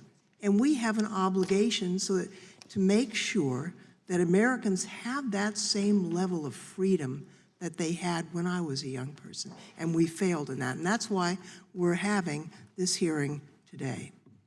You know, I was interested, Mr. Chipman, your long experience in the whole law enforcement weapons area. Have assault weapons become more lethal since the expiration of the '94 ban? Certainly, I've seen a big leap in assault pistols. As I said in my opening testimony, on the streets during the 80s and 90s, we were facing Tech 9s that carried handgun rounds. And now, a blatant attempt to work around the intentions of the National Firearms Act and the regulation of short-barreled rifles, you can get AK and AR pistols, which weren't used in war. They were developed to kill people here domestically. I don't think I know any common gun owners who look to that as a great self-defense weapon. But they fire rounds that leave devastating wounds, and we saw that in Dayton. And they're outside the norm, and they're more lethal. Now, I'm wondering, I mean, when I think about California and the actions taken by the state legislature and governor to make the state safer, do you think state laws are sufficient, given that, as in Gilroy, the shooter can just cross a state line and get something banned in his own state? We need a national comprehensive approach. I was just out in Denver, and we're talking to people there focused on the issue of gun violence. Half of their crime guns come from other states. Many of the crime guns in Chicago that we heard talked about earlier are coming from states like Indiana, and that's from firearms trafficking. If we had comprehensive and universal laws and approaches to regulation at the national level, there would not be this interstate travel to go and work around the law. It's really no different than when we had different drinking age. Kids would go to another state to get by underage. So I think that's why it's important for us here to be, as federal authorities, making decisions for the country as a whole. Well, I thank you for that, but there is a difference because a 19-year-old going to drink in New York is a lot different than a 19-year-old going to Nevada and killing children in Gilroy. Absolutely. I yield back, Mr. Chairman. The gentleman yields back. Mr. Shabbat is recognized. Thank you, Mr. Chairman. I wasn't yet a member of this body when the 94 gun ban was passed. I was elected that year and sworn in the following year. But as a strong supporter of the Second Amendment, I would not have voted for that at the time. And I would note that when the so-called assault weapons ban was in place, it was 94 to 2004. I would note that that is when the Columbine shooting took place, right in the middle of that. I think it was 99, if I'm not mistaken. And I think contrary to the majority's belief, there's really no conclusive evidence that the weapons ban had any appreciable effect on mass shootings or violent crime. Ms. Ware, would you want to comment on that? Is that your understanding as well? Thank you, Congressman. That is my understanding, and that was the understanding of those who released the official report on the after the ban expired. What they actually found was that should it be renewed, it would be unlikely to have any meaningful or measurable effect, in part because, as I noted previously, these types of firearms are rarely used to commit crimes in the first place. It's actually handguns and non-assault weapons that are historically and still to this day most often used to commit crimes. Thank you. Ms. Mueller, you served as a law enforcement officer in, I believe, Tulsa, Oklahoma. Is that correct? Yes, sir. Thank you for your service. And when you were a law enforcement officer, that was during the assault weapons ban when that was in place. Is that correct? Before, during, and after. Okay. And given your experience, would you agree with Ms. Ware relative to whether there is any evidence that we were any safer as a society, as a community, when that was in place, or what are your thoughts about that? Yes, I would agree with her. Personally, professionally, I had it had zero impact on me. I saw no difference before, during, or after the beginning or the end of the assault weapons ban from 94 to 04. Thank you. Ms. Mueller, could you describe some of the misconceptions that you frequently hear when it comes to the discussion surrounding so-called assault weapons? One of the things that when we talk about weapon of war, I hear it being a weapon of war. First of all, war, anything can be used as a weapon when you're in battle, I suppose. But the AR-15 specifically, I have friends that have served in combat roles, and they have told me that that is not a desirable round. They do not like the AR-15, the .223, or the .556. This is their personal opinion, but they would much prefer to carry a .308 or something with greater stopping power. Okay, thank you. And the guns that we're discussing here this morning, do people use these to hunt? Do they use them for self-defense? Are they suitable for both? Could you comment on that? Yes, sir. We certainly use them in my family. We use them for both. And I will have to be the law-abiding citizen that does have a pistol AR, and I choose that because it is more compact and it does give me the greater capacity and the more, it's just a better defensive firearm, and it fits better in my car and my vehicle that I'm traveling in. So it's a little bit easier to move around, but I get the same advantages of the AR. Thank you very much. Ms. Swear, let me go back to you if I could. What do you believe are the major motivations behind the mass shootings that we've seen? And is it your opinion that we ought to be focused on what's actually causing these things as opposed to what we're focused on here today? Congressman, that is absolutely my opinion, and it is very clear when you look at mass public shooters, what you see is much higher rates of untreated serious mental illness. So people who either, like 1/4 of mass public shooters, have been diagnosed with a serious mental illness, or as 2/3 of them have, what you're actually seeing is people who are not in a mentally stable place, even if they haven't been officially diagnosed with any sort of mental illness. These are, by and large, individuals who are not in a good mental place, who are showing clear signs of being a danger to themselves or others, where there's room for intervention with them. And so that is one of the avenues we have to look at, is how do we actually treat those underlying problems and intervene in an effective, narrow way specifically for those dangerous individuals. Thank you very much. My time's expired, Mr. Chairman. Gentleman yields back. Mr. Cohen is recognized. Thank you, Mr. Chair. Let me ask Mr. Chipman, as a former IACP person myself, as a legal advisor a long time ago, these weapons are made by lots of companies. Is that not correct? That's correct. So is Colt the exclusive manufacturer of AR-15s? No, they are not. We have a variety of ways that you can acquire an AR-15 model. There are imported ones. But Colt has decided not to produce anymore, manufacture anymore. Is that right? They describe the market as flooded, and it's my belief that it's flooded by foreign-made ARs and the ability to make one your own now. Are some of those, would any of those be coming from Russia? The Russian model that I'm familiar with would be more an AK variant. AK-47? Yep. Are they sold here? They're not only sold here, they're now manufactured in this country, if you're talking about Kalashnikov. How long have they been manufactured here? I'm not certain. Okay.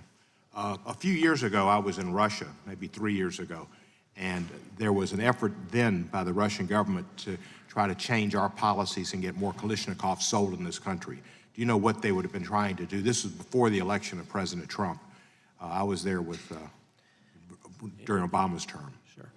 I'm aware that companies like Kalashnikov found it advantageous to build the guns here in America to not have to deal with some of the import issues. And was there a restriction on them manufacturing here? I'm not aware. Okay. Do you know anything that's happened during the Trump administration that might have benefited Kalashnikov? I am not. Okay. Well, do you know the official position of the IACP on assault weapons? Yeah. For many years, they have opposed and supported a ban on assault weapons. And why is that? I think first, as a law enforcement organization, they saw a threat to law enforcement, and also we're responding to these scenes. We are, I think, 200 off-duty officers. We're in Las Vegas being shot at. I know there were ATF agents. We have families too. And so I think it comes from a place that police are members of our communities, and they want to do a good job and keep streets safe, and these are particularly lethal and threatening when in the wrong hands. But Mr. Chipman, how can you say that with a straight face when you realize that one good man with a gun could take out that person? Yeah, I was trained to be that person, and I think that's a big myth. I think the first thing I learned when I was trained with Secret Service is, well, you don't have enough time to pull your gun. You need to get in the way of the bullet and get shot. So I think that's what we see, is the reality is that anytime you're responding to a shooting, a lot has happened very badly, and we can't have national policy relying on winning gunfights. We need to focus on preventing them. I appreciate you recognizing my sarcasm. Chief Brackney, do you also agree in your group that assault weapons should not be sold in this country? Absolutely, and what's actually is disingenuous is that we're arguing about terminology. When you're looking down the face of a high-powered, high-velocity weapon, do you really want to ask, is it an AR, an AK, and can you pull it one trigger at a time, or is it a semi-automatic, or is it something more? I also say the same thing is, when we're talking about even arguing pushing back against only person that should stop a bad person with a gun is a good person with a gun. Actually, what stops a bad person with a gun is keeping a gun out of their hands to start with. And ask that from any law enforcement officer who's ever had to look down the face of a barrel. Go tell that to their families, their widows, their widowers, their children. Tell that to the community and the persons from all of these mass shootings, that we're going to argue about definitions versus the impact that it's having on our communities. I know this is hearings about assault weapons, which is extremely important, but there's also armor-piercing bullets. Do you also agree that armor-piercing bullets have no place in our society? Absolutely. They were actually dubbed cop killers, is originally how they were put out on the streets, and that's because they could pierce through our bulletproof, our protective gear, our personal protective equipment.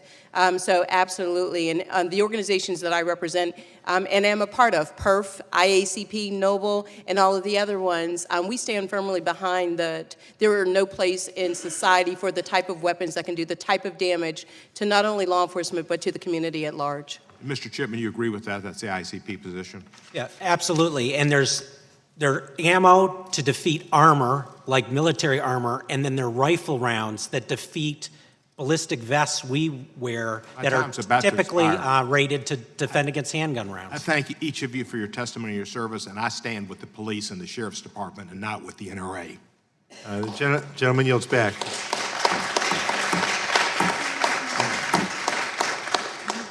Mr. Sensenbrenner is recognized. Mr. Chairman, thank you. I would disagree with what has been said here, because one of the problems we had last time, and I was here when this was passed, was making proper definitions. So if we want to achieve this goal, we have to have those definitions done correctly. Now, I've heard a lot of the arguments on this, and a lot of it revolves around what the firearm looks like rather than how the firearm works. And it seems to me that the problem is how the firearm works. Now, fully automatic military-style rifles have been illegal for somebody to buy since the 30s, except with a very, very hard-to-get permit from the ATF. Rifles that are semi-automatic are legal for hunting in most, if not all, states. I haven't gotten this up to date yet, but there are a lot of semi-automatic hunting rifles that state DNRs or fish and game regulators feel are sporting rifles. Now, I don't think we have any business here taking away hunting rifles from people who are not disqualified from owning them, and people who think that hunting is a good sport. I am not a hunter, so I don't go out and sit in the cold during the deer hunting season. But let's define this correctly. Now, I would like to ask some of the people who support banning quote assault rifles to tell me. And, do you think that hunting rifles ought to be banned if they are semi-automatic? Let's start with you, Mayor Whaley. Thank you, Representative. My point here today is just to reiterate that constitutional rights require responsibility and balance, and the people of Dayton also have the right to be safe. Can you give me a yes or no answer on whether hunting rifles ought to be banned if we don't define this correctly? I think that this body will define this correctly, and What's I think that that will have. Not that you're asking what our opinion is. Dr. Tovar, we got no answer from Mayor Whaley on whether hunting rifles ought to be banned. So let the record state that, Dr. Tovar.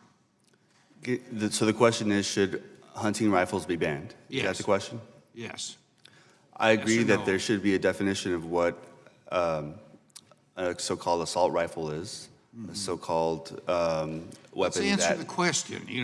If you have this definition, of a semi-automatic firearm that looks bad because it's got a shoulder thing and something that people can point. I don't own any firearms, so I'm not defining this correctly. But I was not elected to sit here, and tell people who like to hunt that all of a sudden the firearm that they have been using legally according to state DNR regulations, ends up being banned because we in Congress think it should be. Now, should we write a definition that is so broad that hunting rifles will be banned? Yes or no? I think a definition should be made as terms of what should be legal and what should Okay, not. well, you're not answering the question. Chief Brackney. Yes or no? Thank you for the question. I believe any weapon that can be used to hunt individuals should be banned.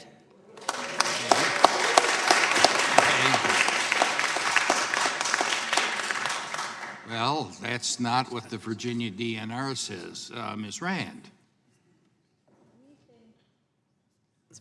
We think that you can clearly distinguish assault rifles from sporting hunting rifles. And just because you can hunt with an AR-15 does not make it a hunting rifle. Having said that, we do not support a ban on true hunting rifles. Okay, well, we'll put that down as a question mark. Ms. Swearer.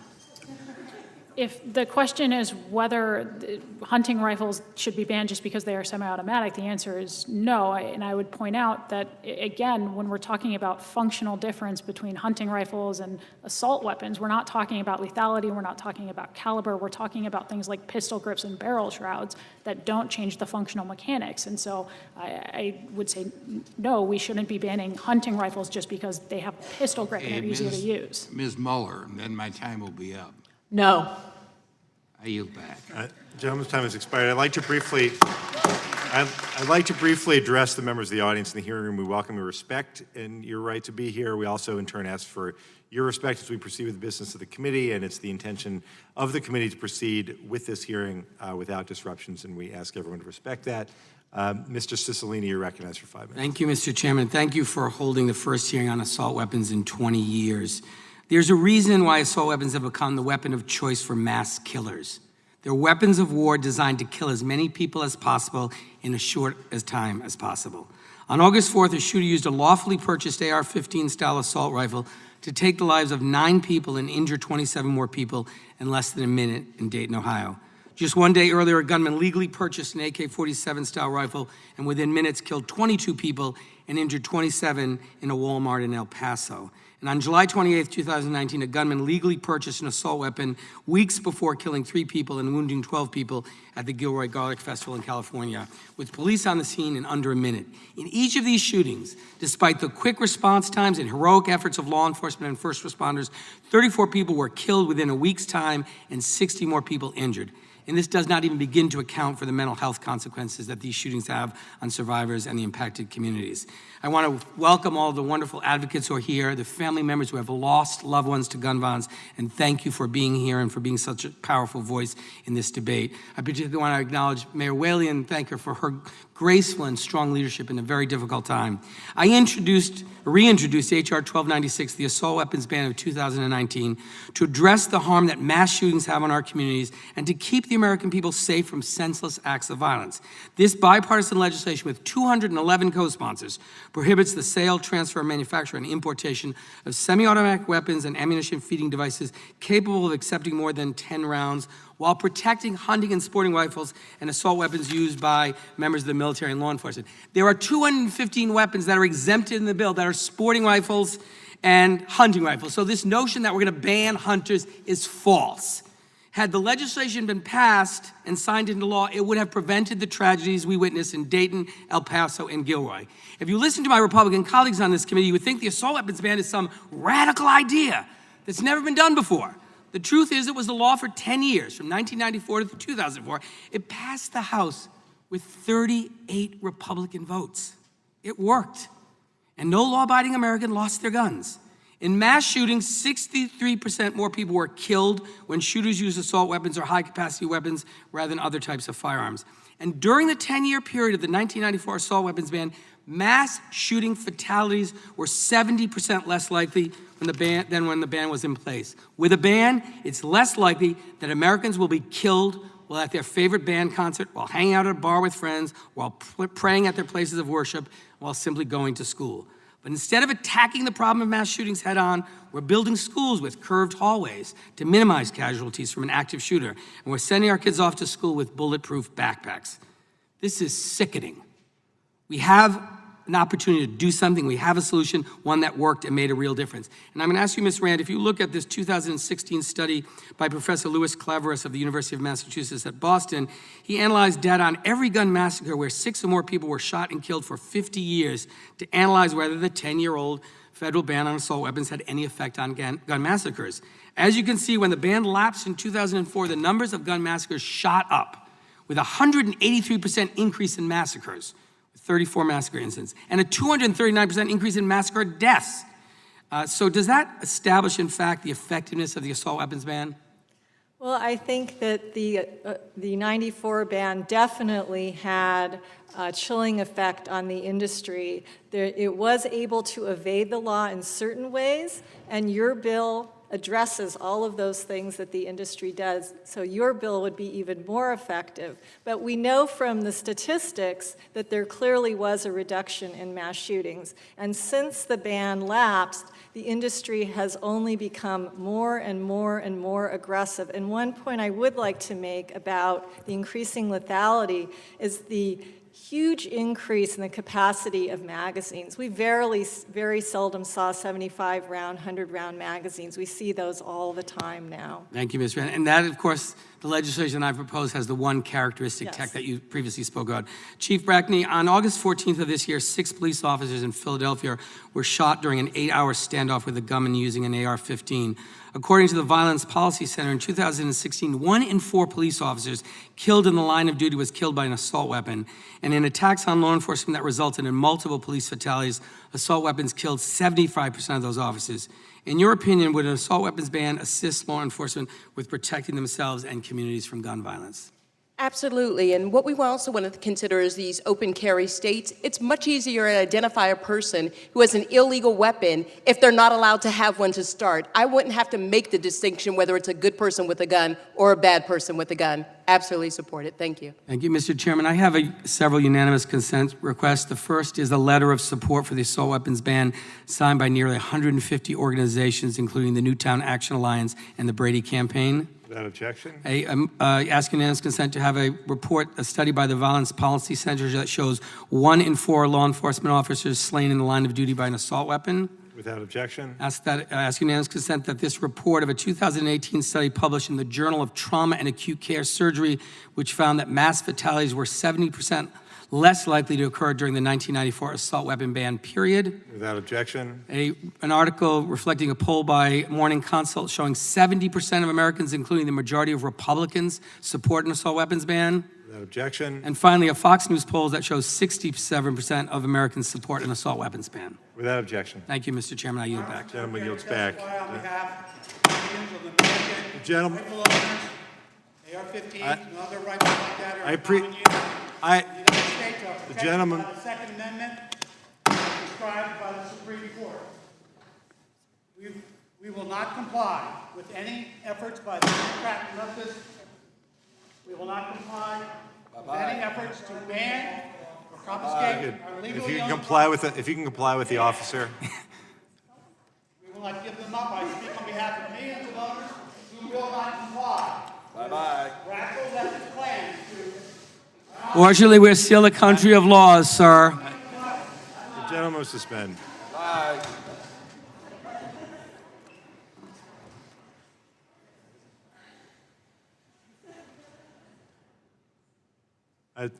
Another reminder for the audience that while we appreciate your being here, if you refrain from making any noise or otherwise disrupting the proceedings, or like the last gentleman, Capitol Police will remove you from the audience so that we can return to order. Mr. Buck, you're recognized. Thank you, Mr. Chairman. Ms. Whaley, you mentioned in your opening statement that the shooter in Dayton was neutralized by the police. Was the shooter killed by police? Yes, Representative. And was he killed with a gun or several guns? Several guns. Okay. Mr. Chipman, would you agree with me that most gun violence is caused, most violence is caused by handguns, most gun violence is caused by handguns? Most criminal gun violence, handgun is used in that violence. And would you also agree with me, and first of all, let me thank you for your 25 years of experience with the ATF. I spent 15 years as a federal prosecutor, 10 years as a district attorney, worked many times with ATF and appreciated their hard work. Would you also agree with me that gang and gang members are responsible for upwards of 90% of all violent crimes in this country, and nationwide, 80% of all gun-related homicides in the U.S. Are caused by gang members? That conflicts with all the information I have. You ever use a gang database while you were with the ATF? Sure. And did you find gang database reliable? It depends what I was looking for. Gang affiliation? Yeah, the gang affiliation is a very loose term that law enforcement can label people.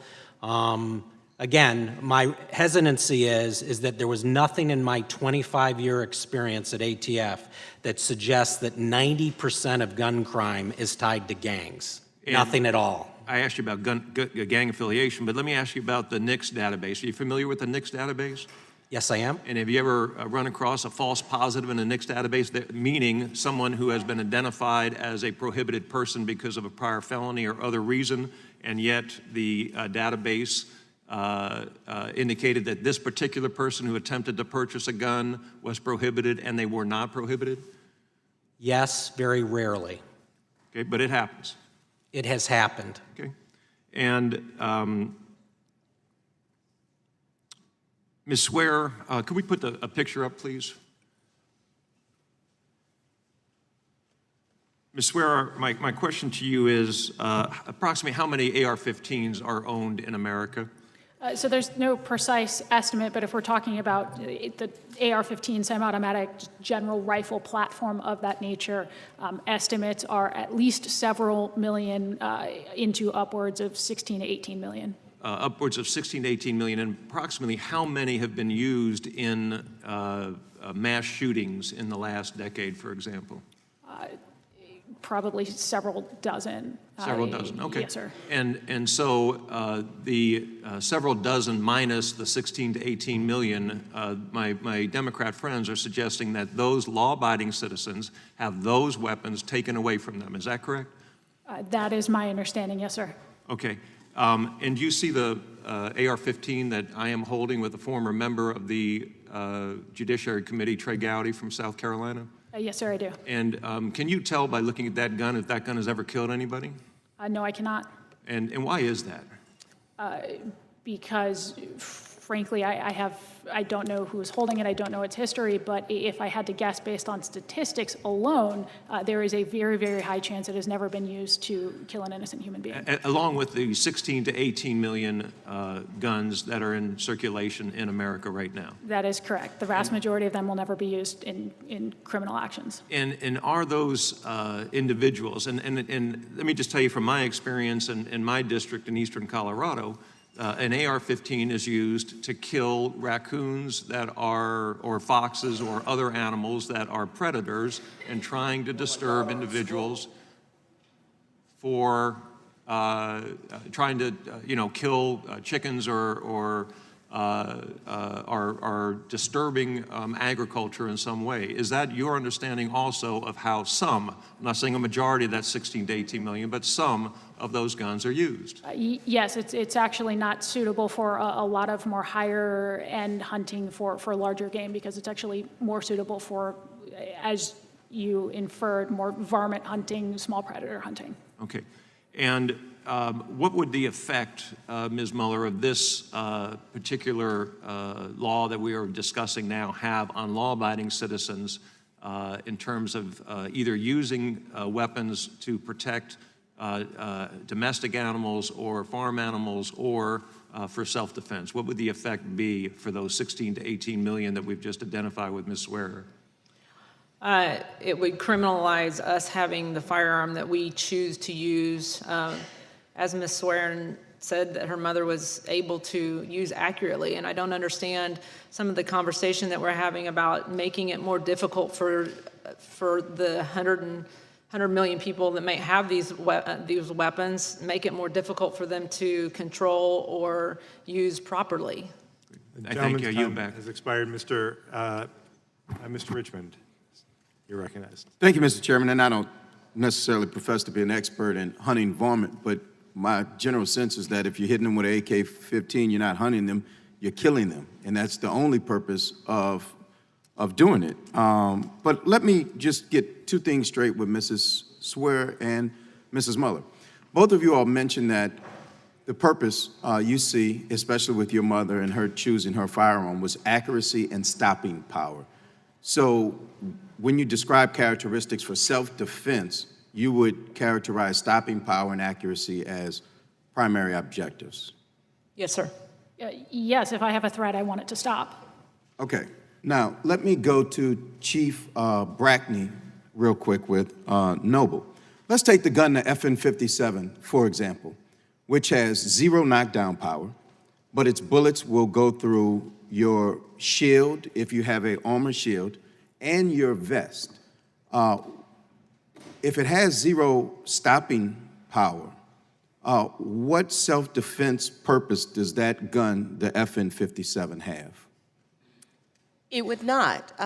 When you think about stopping power and the risk of being on the other end or the receiving end of those high velocity, high capacity rounds and things that can go through them, you want to think about accuracy. I do appreciate the story about a mom having the ability to be very accurate and to have a very tight capacity in putting rounds into place. So think of the damage that if my mom, who's 78, God bless her, if she decided she wanted to be extremely accurate, what about the person who's very well-intentioned? How accurate could they be? How quickly could they be? And the damage that they could do, very well-intentioned.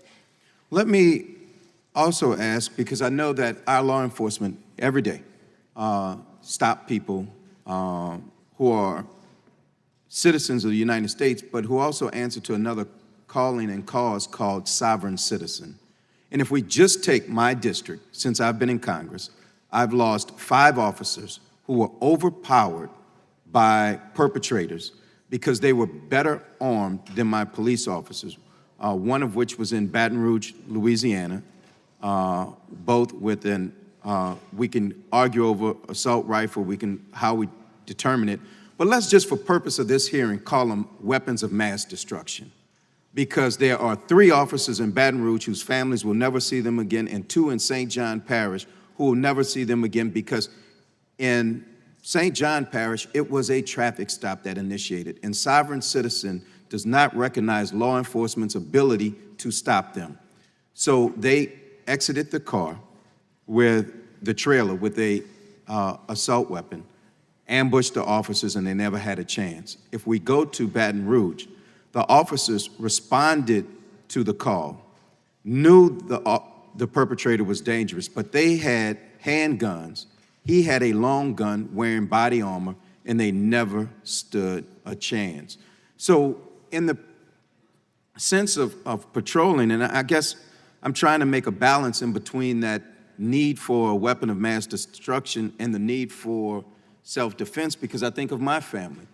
But when I thought about my family not being necessarily the best in marksmanship, I thought about having a shotgun which has a wide spray. And then there's a gun called the Judge, which is could fire a .357 bullet, it's a revolver, or it could fire a shotgun shell, which is great for self-defense. But the question becomes, why such large capacity magazines on these assault weapons and assault rifles if we're talking about hunting? When you hunt, you miss, you load up again, you try again. But if your goal is mass carnage, then you just keep pulling your trigger, or you install a bump stock and you can create multiple carnage. So from a law enforcement standpoint, I'm trying to figure out for the home, self-defense, are we really talking about self-defense when we're talking about these weapons of mass destruction? And for God forbid, if you lived in an apartment complex or a community with attached homes, how the bullets will go through the walls and travel apartment after apartment after apartment if you have the wrong one. So in your law enforcement estimate, does the self-defense argument hold water when you're talking about weapons that shoot such high-velocity projectiles and has such large capacity magazines?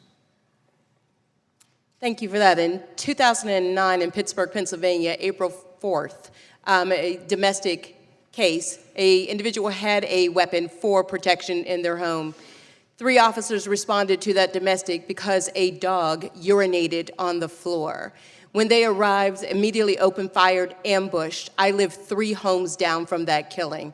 The perpetrator shot the officers immediately in the face as soon as they opened the door. That went through their vest.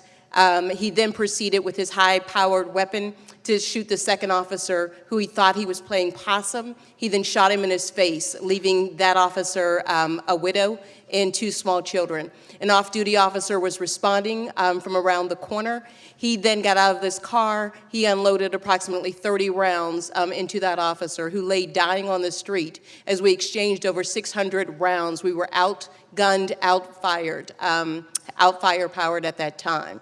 That weapon was supposed to be for his protection of his home. It was definitely used as an assault weapon to murder 3 officers in the city of Pittsburgh. And that city has been traumatized, and it's been 10 years exactly to this date. Thank you. Thank you. The time of the gentleman has expired. The gentleman from Texas. Thank you, Mr. Chairman. Mayor, I was curious, you had indicated in your testimony that you were here basically to ask us to do something. What bill would you like to be passed to effectively, in your words, do something? Well, there's a number of bills that are before you. What would be your favorite? Well, I would first, for this body, I think that the assault weapons ban bill that Representative Cicilline has put forward is very thoughtful and should move forward.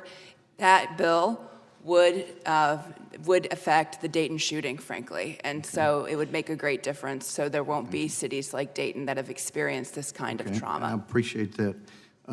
It's just we hear people, especially in this committee, at times say, even if it's wrong, we need to do something, and that's not the way you maintain a constitutional republic, and you maintain any freedom if it's not very thoughtful. But Doctor, you were mentioning the wounds, the horrific wounds you were dealing with, and you mentioned that normally you're dealing with pencil hole entries that are sometimes hard to find. Well, those pencil hole entries are normally made by the .223 caliber, just barely a hair bigger than a .22. Isn't that right? You were looking at more like a .308 because it was more similar to an AK-47 wound, correct? I don't know the types of weapons. Nomenclature, yeah.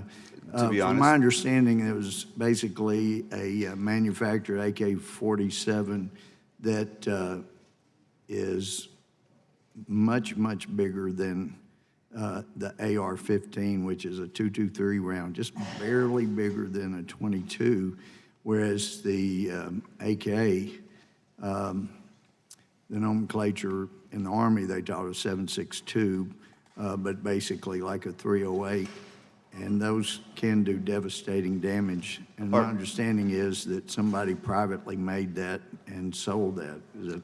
Apart from shotgun wounds, which are also devastating because of the large impact, I haven't seen anything like this in my history as a trauma surgeon, and since then as well.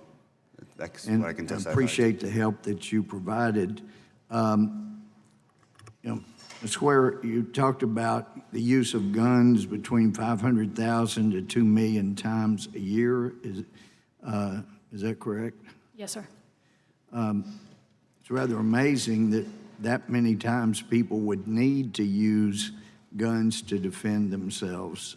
Rather shocking, but I certainly appreciate your comments about your mom. It is easier to fire one of those. I have to disagree with you when you say it has the maximum stopping power.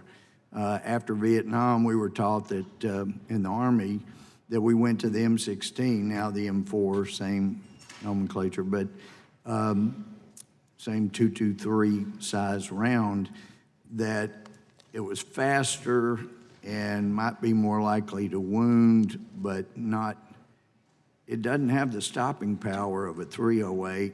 To be clear, Congressman, I would not disagree with you. My intent was to show that it has more stopping power than, say, a handgun, so she can use it more accurately and more effectively than, say, a But I'd handgun. have to disagree with you there.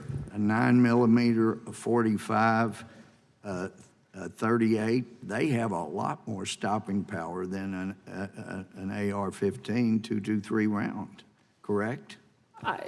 I would disagree with you in some cases with regard to that. You don't think a bullet hole from a 9mm would do more damage than a 223 round? I would say I would much rather have a 9mm than no firearm, but generally speaking, it's a combination of both stopping But power don't you and... acknowledge that your mother was more comfortable with the 223 because it doesn't have the kick, it's not as intimidating, you can refire it more easily, correct? Yes, but part of that is also just the inherent setup of a rifle. It's a more stable base. We've seen the gun stats go back and forth, or crime rather, go back and forth over the years, and it seemed to me that it was related to putting criminals in jail, being tough on crime, and the pendulum swings back. But now it looks like the pendulum is swinging against law-abiding citizens for the first time, and that really is a concern. I yield back. The gentleman yields back. The gentleman from Georgia. Thank you, Mr. Chairman. 25 years ago, we passed a law that prevented the manufacture or sale of assault weapons for ordinary Americans, and it made a difference. Mass shooting fatalities dropped 70% between 1994 and 2004. But 15 years later, Congress failed the American people by allowing the assault weapons ban to sunset. That was in 2004. And since then, we've had repeatedly failures. We've had repeated failures to make even modest reforms to unfettered gun access in the United States. Because of our 15 years of inaction, we are now living a tragedy of repeated horrific events interspersed with lulls where American ideals of freedom and safety and justice crumble before our very eyes. And for what? Because folks are afraid of the NRA? There's a time for moderation, for cautious, restrained debate, but that ended when Sandy Hook happened, when Parkland, Pulse Nightclub, El Paso, then Dayton happened. Now is a time for justice to reassert itself as a guiding American principle, and it's time for Congress to do the right thing. According to recent polls, 7 out of 10 people are in favor of a ban on the manufacture and sale of assault weapons. There's broad consensus on this issue because it makes sense. We've done it before and we can do it again, and I look forward to hearing from our panel of esteemed witnesses on this important topic. Now, the Protection of Lawful Commerce in Arms Act was passed in 2005, the year after Congress allowed the assault weapons ban to expire. And the Protection of Lawful Commerce in Arms Act prohibits people from filing wrongful death lawsuits against gun manufacturers and gun dealers. When the families of the Sandy Hook victims took Remington Outdoor Company to court for mass marketing assault weapons to civilians, specifically for mass shootings, it took the case 5 years just to overcome a challenge under the PLCAA. And that was one of the success stories. What we don't see are all of the assault weapons cases that are not brought into civil court because of PLCAA. Now, Mr. Chipman, how does the existence of the Protection of Lawful Commerce in Arms Act prevent victims and their families from seeking justice? It blocks them from holding an industry accountable before a court of law like every other business in America is held accountable. Civil suits often act as a regulator to prevent negligent acts by companies that otherwise have no regulatory incentive to act in the best interest of consumers. And not just negligent acts, but intentional acts and fraudulent acts to cover it up. Do you believe that assault weapons companies are taking steps to avoid negligence when they manufacture these devices and sell them to civilians? I think certainly their marketing these days is suspect. I think that even the markings on AR receivers that the company that sold in Dayton, that you can get sayings on them, like "not made in my S-hole country," are things that are marketing to a certain type of extreme and violent part of this country. We've seemed to balance this with cigarettes, allow people to lawfully smoke, but protect our nation from marketing that would put people at harm.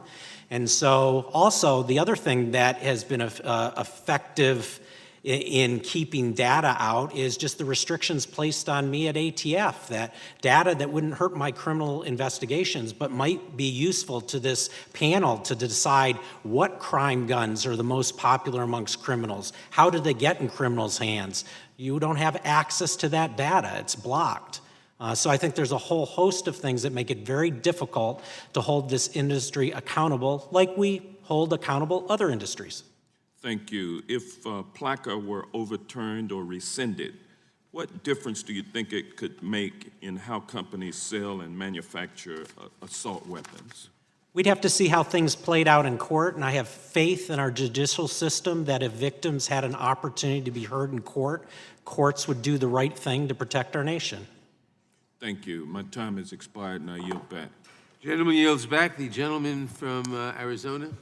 Thank you, Mr. Chairman.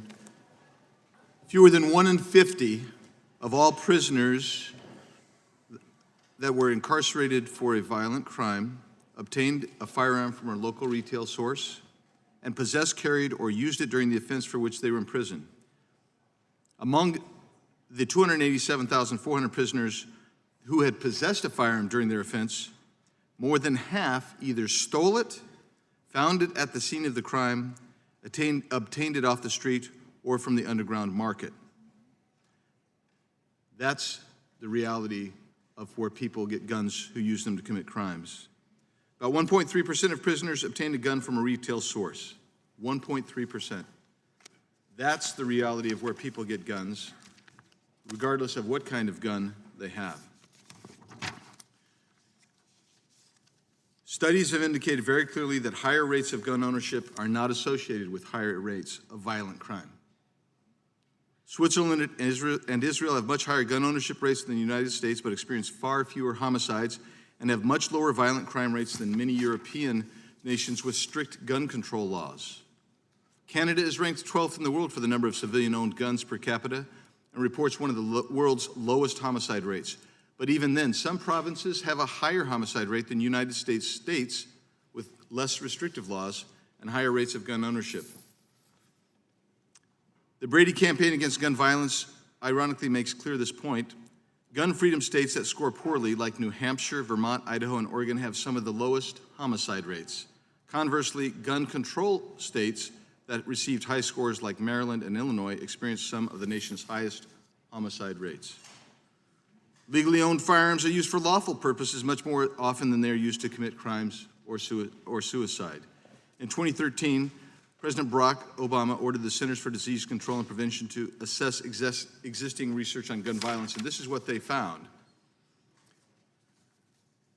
According to the CDC, self-defense can be an important crime deterrent. Semi-automatic rifles, such as the AR-15, are commonly used in self-defense, especially in homes of law-abiding citizens, because they're easier to control than handguns, more versatile than handguns, and offer the advantage of up to 30 rounds of protection.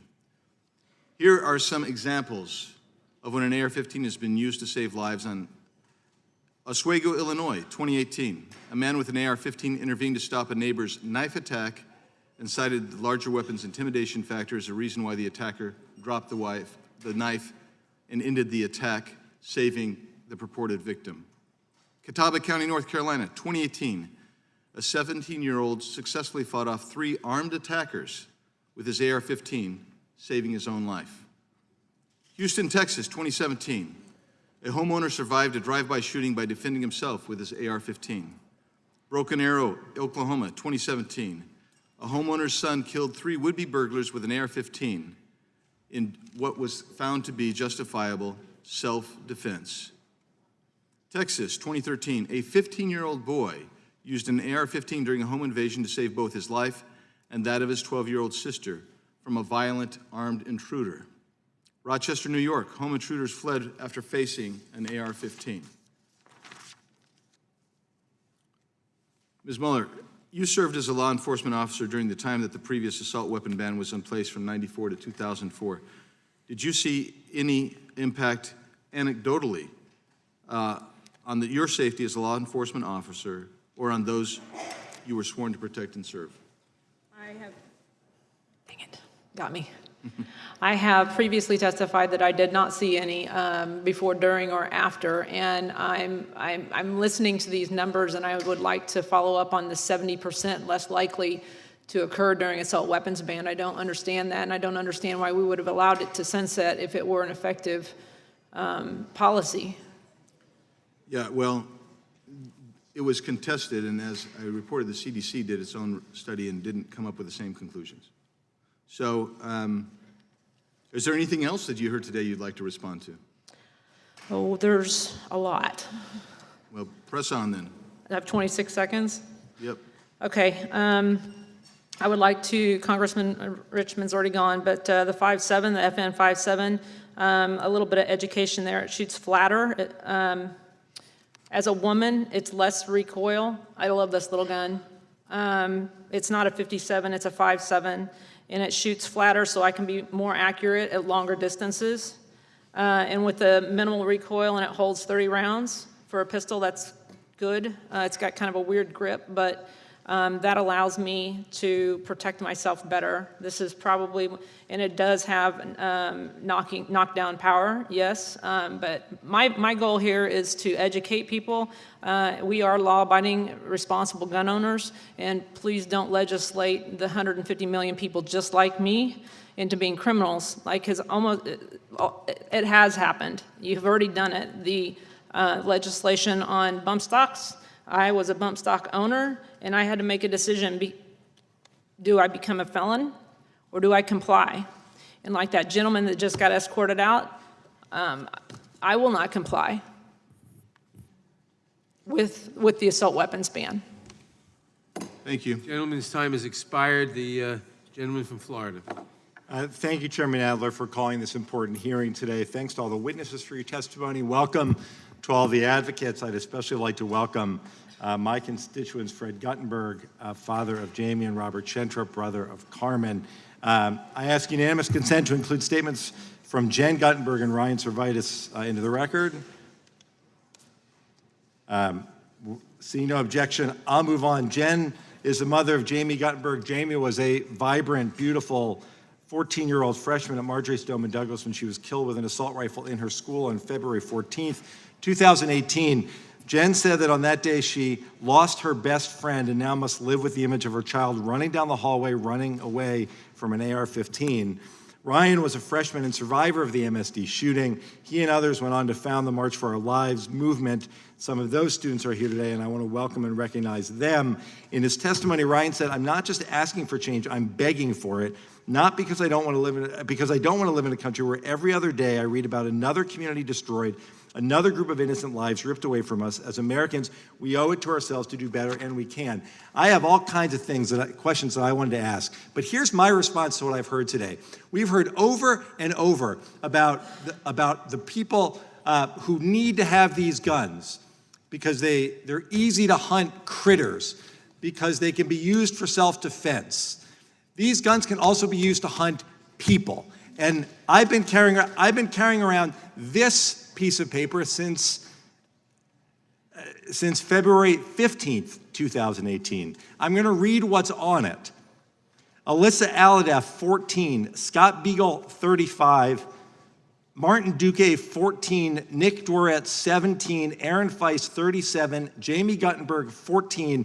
Chris Hickson, 49, Luke Hoyer, 15, Gina Montalto, 14, Carol Loughran, 14, Joaquin Oliver, 17, Elena Petty, 14, Meadow Pollock, 18, Helena Ramsey, 17, Alex Schachter, 14, Carmen Shentrup, 16, Peter Wang, 15.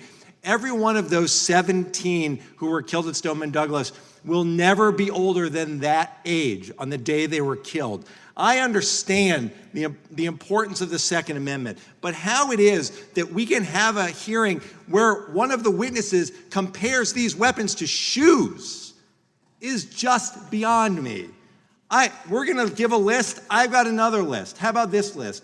Dayton, 9 killed, 17 injured. Las Vegas, 58 killed, 422 injured. Orlando, 49 killed, 53 injured. Sandy Hook, 27 killed, including 26 and 7-year-old babies and 2 injured. Sutherland Springs, 26 killed, 20 injured. El Paso, 22 killed, 24 injured. Pittsburgh, Tree of Life, 11 killed, 6 injured. And at Stoneman Douglas, there were also 17 who were injured. I understand that this is not easy for everyone, but I want everyone to understand how for the lives who have been ripped from the face of this earth, for their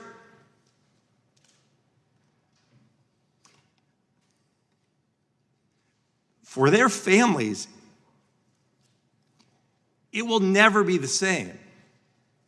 And when we're looking, what we're trying to do here, the reason this hearing is so important is because we know that there are things that we can do to keep us safe. We heard some of them, even apart from an assault weapons ban. We heard some of them today. Ms. Ware, when you talked about how we can identify people who pose a threat, you're right, we can. That's why we need to pass a red flags law so that we can keep dangerous guns out of their hands. You're right about that. The universal background checks bill that's sitting in the Senate, near universal approval. Let's pass it in the Senate. But what we're here today to talk about is something that can prevent these kinds of attacks. Mr. Chipman, you talked about the National Firearms Act regulations as a way to get assault weapons out of dangerous hands. You walked us through the process that it takes for someone to buy a weapon regulated under that system: registration with ATF, background check, photos, fingerprints, and a transfer tax.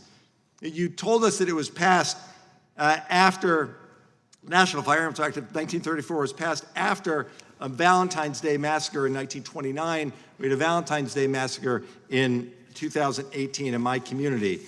Have there been efforts, are there people clamoring for us to repeal the National Firearms Act, Mr. Chipman?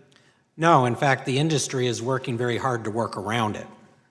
It's a law that's been in effect. That have we seen machine guns and sawed-off shotguns used repeatedly the way we've seen assault weapons used in these mass shootings? No, it's a law that works. And it's a law that we should amend to treat assault weapons the same way we treat machine guns and sawed-off shotguns. That will help keep our communities safe. Mr. Chairman, I am immensely grateful that you're holding this hearing today, and I yield back the balance of my time.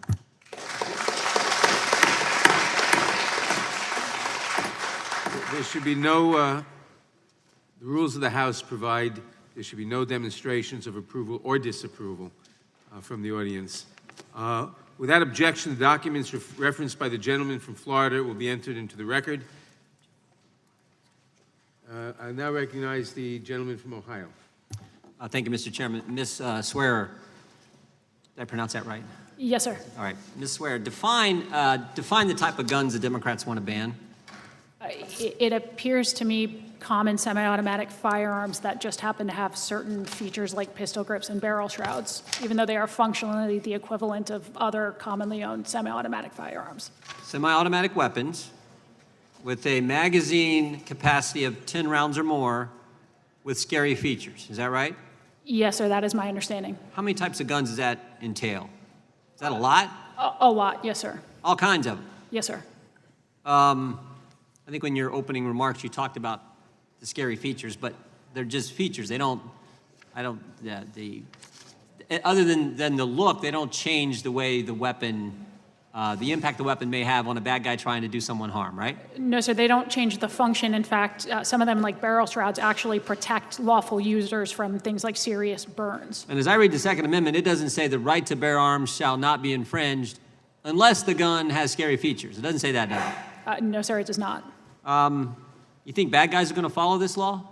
Sir, they already fail to follow many of our laws. Yeah, only good guys, only law-abiding people like yourself, others are going to follow this law, right? Yes.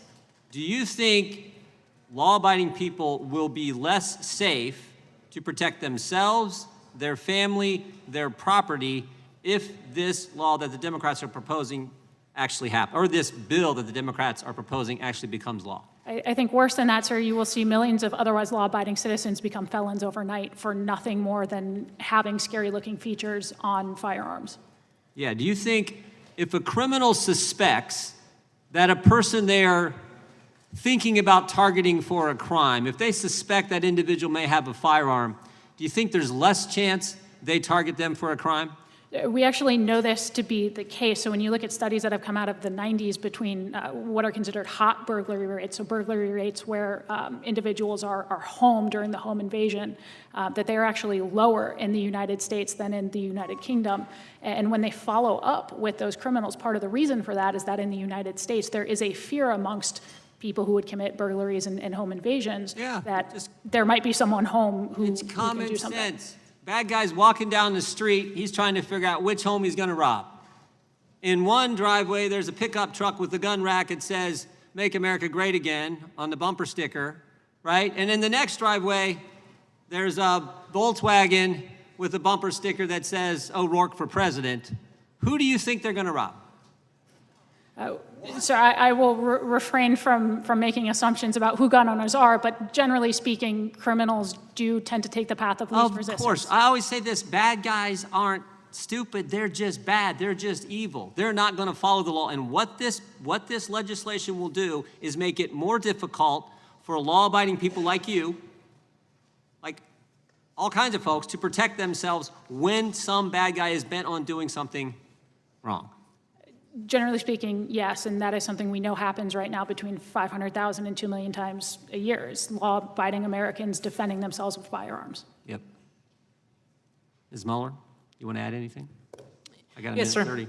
Yes, sir. First of all, anybody in here who has endured any kind of unspeakable violence or lost loved ones, I want to say thank you, or I'm sorry, because I want somebody there immediately. I want you to be your own first responder, and I will be glad to talk to you about how to keep your family safe. I am sorry that this has happened to you, and my community is the first one that wants to make sure everybody is safe with a firearm.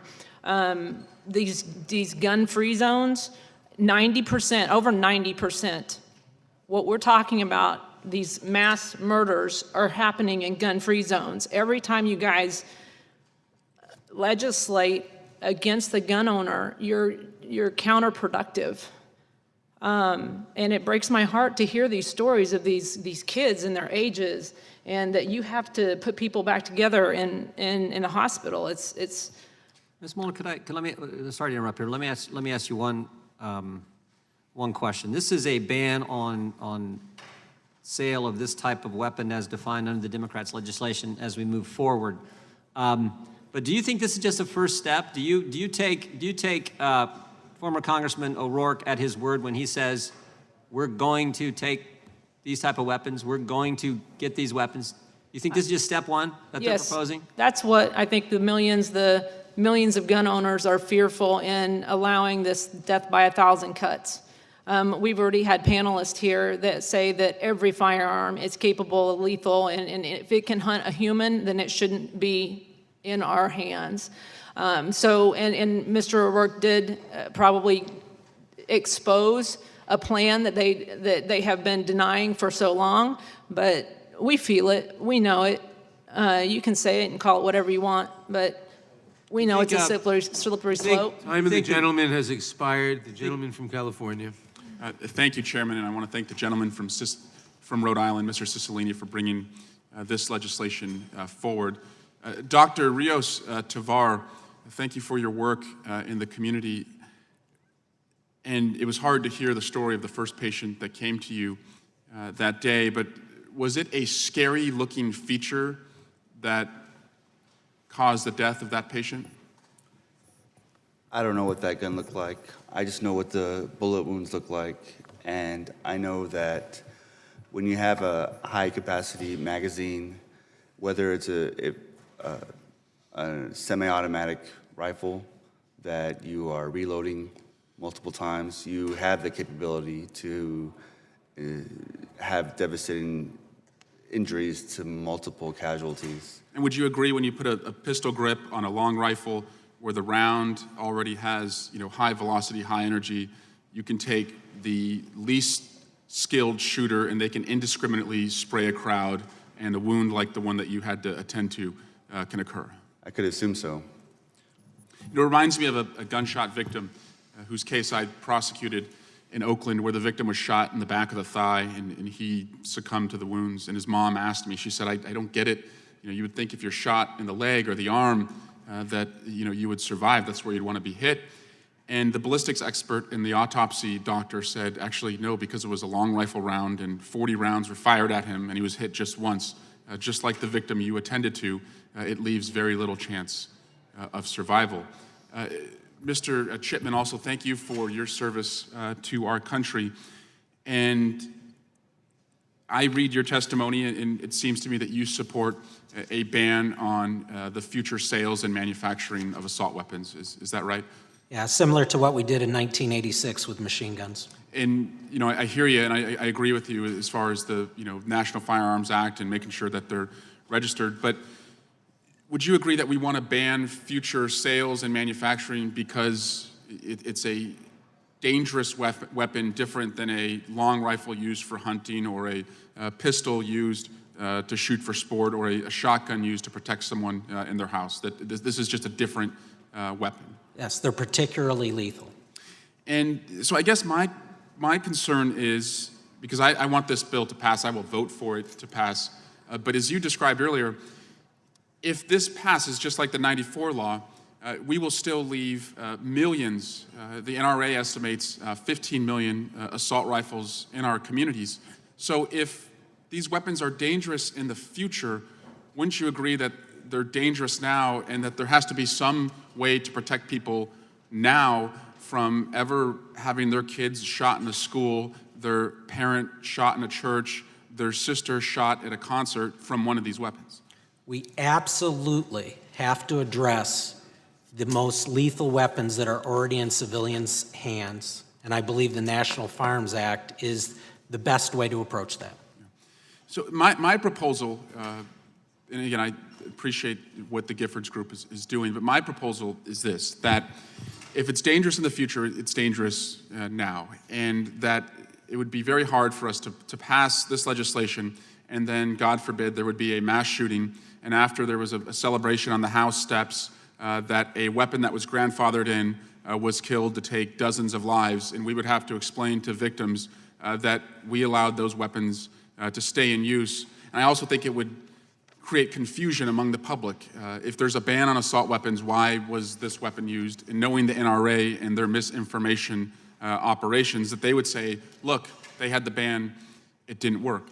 My proposal would be to do what Australia did, which would be to have a buyback period, to allow people like Ms. Mueller and others to use their weapons at a shooting range or a hunting club, to allow them to be possessed there, but nowhere else in our community, and that we would pay at market rate, as they did in Australia, for these weapons. Now, Australia did this, and they were able to get off the streets 700,000. We won't get off as cheaply, but it's not as if this is something that never happened. So I hope we can aspire to do that, but this is a first important step, and I thank all of the witnesses for participating, and I thank all of the families for being here. Because the families have picked themselves up from unimaginable grief, we are at this moment. There are 18 fewer NRA members of Congress today endorsed by the NRA than there were a year ago. So keep marching, keep caring, and we will see action, and we will all be safer. And I yield back. Gentleman yields back. The gentleman from California. Thank you, Mr. Chairman. Ms. Ware, the arguments around these bills seem to have an inordinate faith that somehow they're going to keep these weapons out of the hands of criminals and madmen and terrorists. I don't share that faith. I look at how effective our drug laws have been at keeping drugs out of the hands of addicts and wonder if that faith isn't misplaced. as Mr. Biggs pointed out, aren't a majority of the firearms already used in crimes, already being obtained illegally? Yes, it is my understanding that, largely speaking, a high percentage of guns that are used in criminal activity are coming from people who obtained them illegally and had criminal records themselves. So they've already been very ineffective at disarming criminals and madmen and terrorists. The other argument here is, well, nobody has a legitimate use for an AR-15, and I think you made a very good point that these aren't military weapons. They're designed to look like them, but the actual firing mechanism is the same as those that are used in a wide variety of legitimate hunting and target rifles and pistols.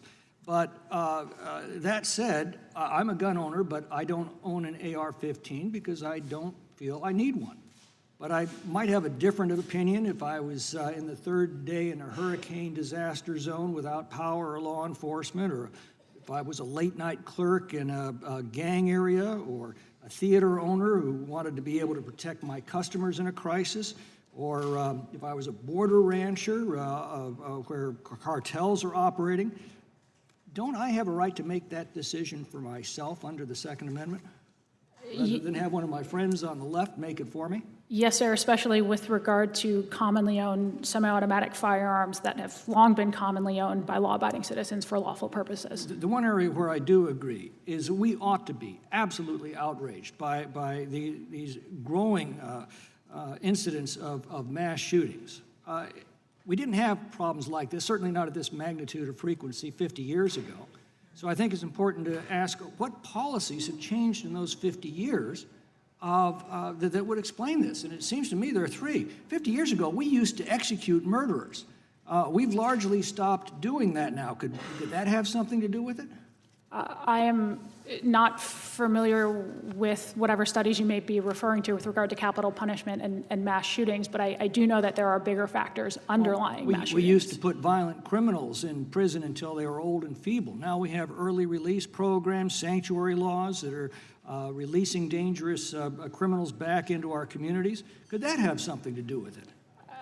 With regard to mass public shootings, that's unclear, but with regard to gun crime in particular, it is the case that a lot of gun crime is perpetrated by people with long histories of previously violent behavior. Most importantly, we used to confine the dangerously mentally ill, when we identified them, in mental hospitals, where we could treat them and prevent them from harming others. In fact, in 1958, in my state of California, there were 37,000 mentally ill contained in our mental hospitals. Many were dangers to themselves or to others. Proportionally, that'd be over 100,000 today. But today, we only confine 7,000. The rest of them are on the streets. Could that have something to do with it? Well, without meaning to come across as demonizing all mentally ill and I individuals don't as mean dangerous. to suggest that all mentally ill people are dangerous, but of course. Some mentally ill people are dangerous. Those are the ones that we can find. Yes, sir. So we've written on this specifically at the Heritage Foundation, and there is a relationship between sort of rates of violence and what we've seen in the mass deinstitutionalization of the mentally ill. 50 years ago, we had very few gun control laws. Today, we have a great many. If these laws were actually the answer to these massacres, shouldn't the problem be getting better and not worse by now? With regard to mass public shootings, yes, arguably. Though I'd also say gun violence in general is more complex. I think that should be self-evident. Right. When you go to a bank, you see an armed guard, and that guard is there to protect our money. Why would anyone object to an armed guard in a school who's there to protect our children? I'm not sure why anyone would object to protecting our nation's children in the same way that we protect other important places. Though arguably, I mean, we do not want to turn schools into some sort of prison function where people feel that they are, behind bars or something whenever like that. anybody suggests that maybe we ought to have a lethal force to protect our children, people go crazy over that, but they don't give a second thought to an armed guard in a bank to protect our money. So we know that especially with regard to mass public shootings, one of the biggest factors is actually the quickness of the armed response to that shooting. And so that is one of the possible solutions, yes. Fired, the gentlelady from Washington. Thank you, Mr. Chairman, and thank you all so much for being here. Your testimony was very powerful. I am perplexed by this argument from the other side that, if I heard it right, that criminals do not follow laws, and therefore, what, we shouldn't have laws? I mean, that statement has no relevance to the existing debate around gun reform because fundamentally, it is completely irrelevant because it is just as meaningless as saying the sky is blue or my microphone is black or the grass is green. Definitionally, criminals don't follow laws. That's what criminals are. So here's the paradox that the other side is putting forward, and I just want to go through it because I think it's important to dismiss this argument for what it is, which is bogus in my opinion. The paradox is this: law-abiding citizens obey the law, number one. Number two, criminals are lawbreakers, therefore they don't obey the law. Brilliant. Number three, laws impose restrictions on the behavior of only those that follow them. And therefore, number four, laws therefore only hurt law-abiding citizens. Well, that would mean that we shouldn't have any laws at all, because definitionally we are making laws based on the kind of society that we imagine. And then we expect that the vast majority of people are going to follow those laws, and the people that don't will then have accountability. So I just think it's a ridiculous argument. I don't understand why the other side keeps putting it forward. The data shows that mass shootings are becoming far more frequent, and they're getting deadlier. My colleague, Mr. Deutsch, gave a powerful statement, talked about all the shootings. I wanted to pull out that 16 of the 20 of most deadly mass shootings in modern history occurred in the last 20 years, and 8 of them in the last 5 years. But look at the amount of time in each of these shootings. So in 2017, Las Vegas shooting claimed an unprecedented 58 lives and 850 injuries in just 10 minutes. El Paso shooting claimed 22 lives and 24 were injured in less than 6 minutes. Dayton shooting, thank you, Mayor, for being here. The Dayton shooting claimed 9 lives and dozens of injuries in just 30 seconds. All of these by a single shooter who legally purchased semi-automatic weapons and high-capacity magazines. So let me ask you, Mr. Chipman, the Giffords Law Center finds that a person with an assault weapon is able to hurt and kill twice the number of people compared to a shooter with a non-assault rifle or a handgun. Why is that? And think about just average people who are out there who are trying to understand this issue. What are the specific features of an assault weapon that are most dangerous? Well, let me talk about rifles specifically. When you're firing a round at over 3,000 feet per second, as compared to a handgun, which is usually under 1,000 feet per second. When it hits, it just destroys the body. For instance, I work for Gabby Giffords. She would not have survived had she been shot with a rifle. It's just an entirely different category. So if you mix the speed of the round and then the ability to easily carry 100 rounds in a magazine or 50, and you can fire as quick as the finger can pull, you do battle-like, wounds. And in Las Vegas, the thought 20 years ago that I could have even imagined a shooting where a single gunman could have inflicted 58 deaths and hundreds of people wounded, many of them off-duty law enforcement officers. I mean, it's just hard to imagine. It has everything to do with the capabilities of the weapon. And just a quick clarifying question. When you said a rifle round, just for people who don't know what that is, explain what happens when the rifle round actually strikes. Well, then I'd need the help of my dad, the mathematician, and do physics. But just let me say that when a piece of lead is flying at 3,000 feet per second and it hits you, it's a lot different than if it's going at 800 feet per second. So it's just math, and the results are what our surgeon said is just catastrophic. Let me turn to the surgeon. Dr. Heather Scher, who treated victims from the Parkland shooting, wrote that the CT scan of one of the victims of an AR-15 showed an organ that looked like an overripe melon smashed by a sledgehammer. Can you tell us and we have very little time, but can you tell us from your perspective as a doctor, what do you see and what do you experience as you are treating individuals who have had these kinds of wounds? Like I said, that is accurate from what I've seen in my particular patients.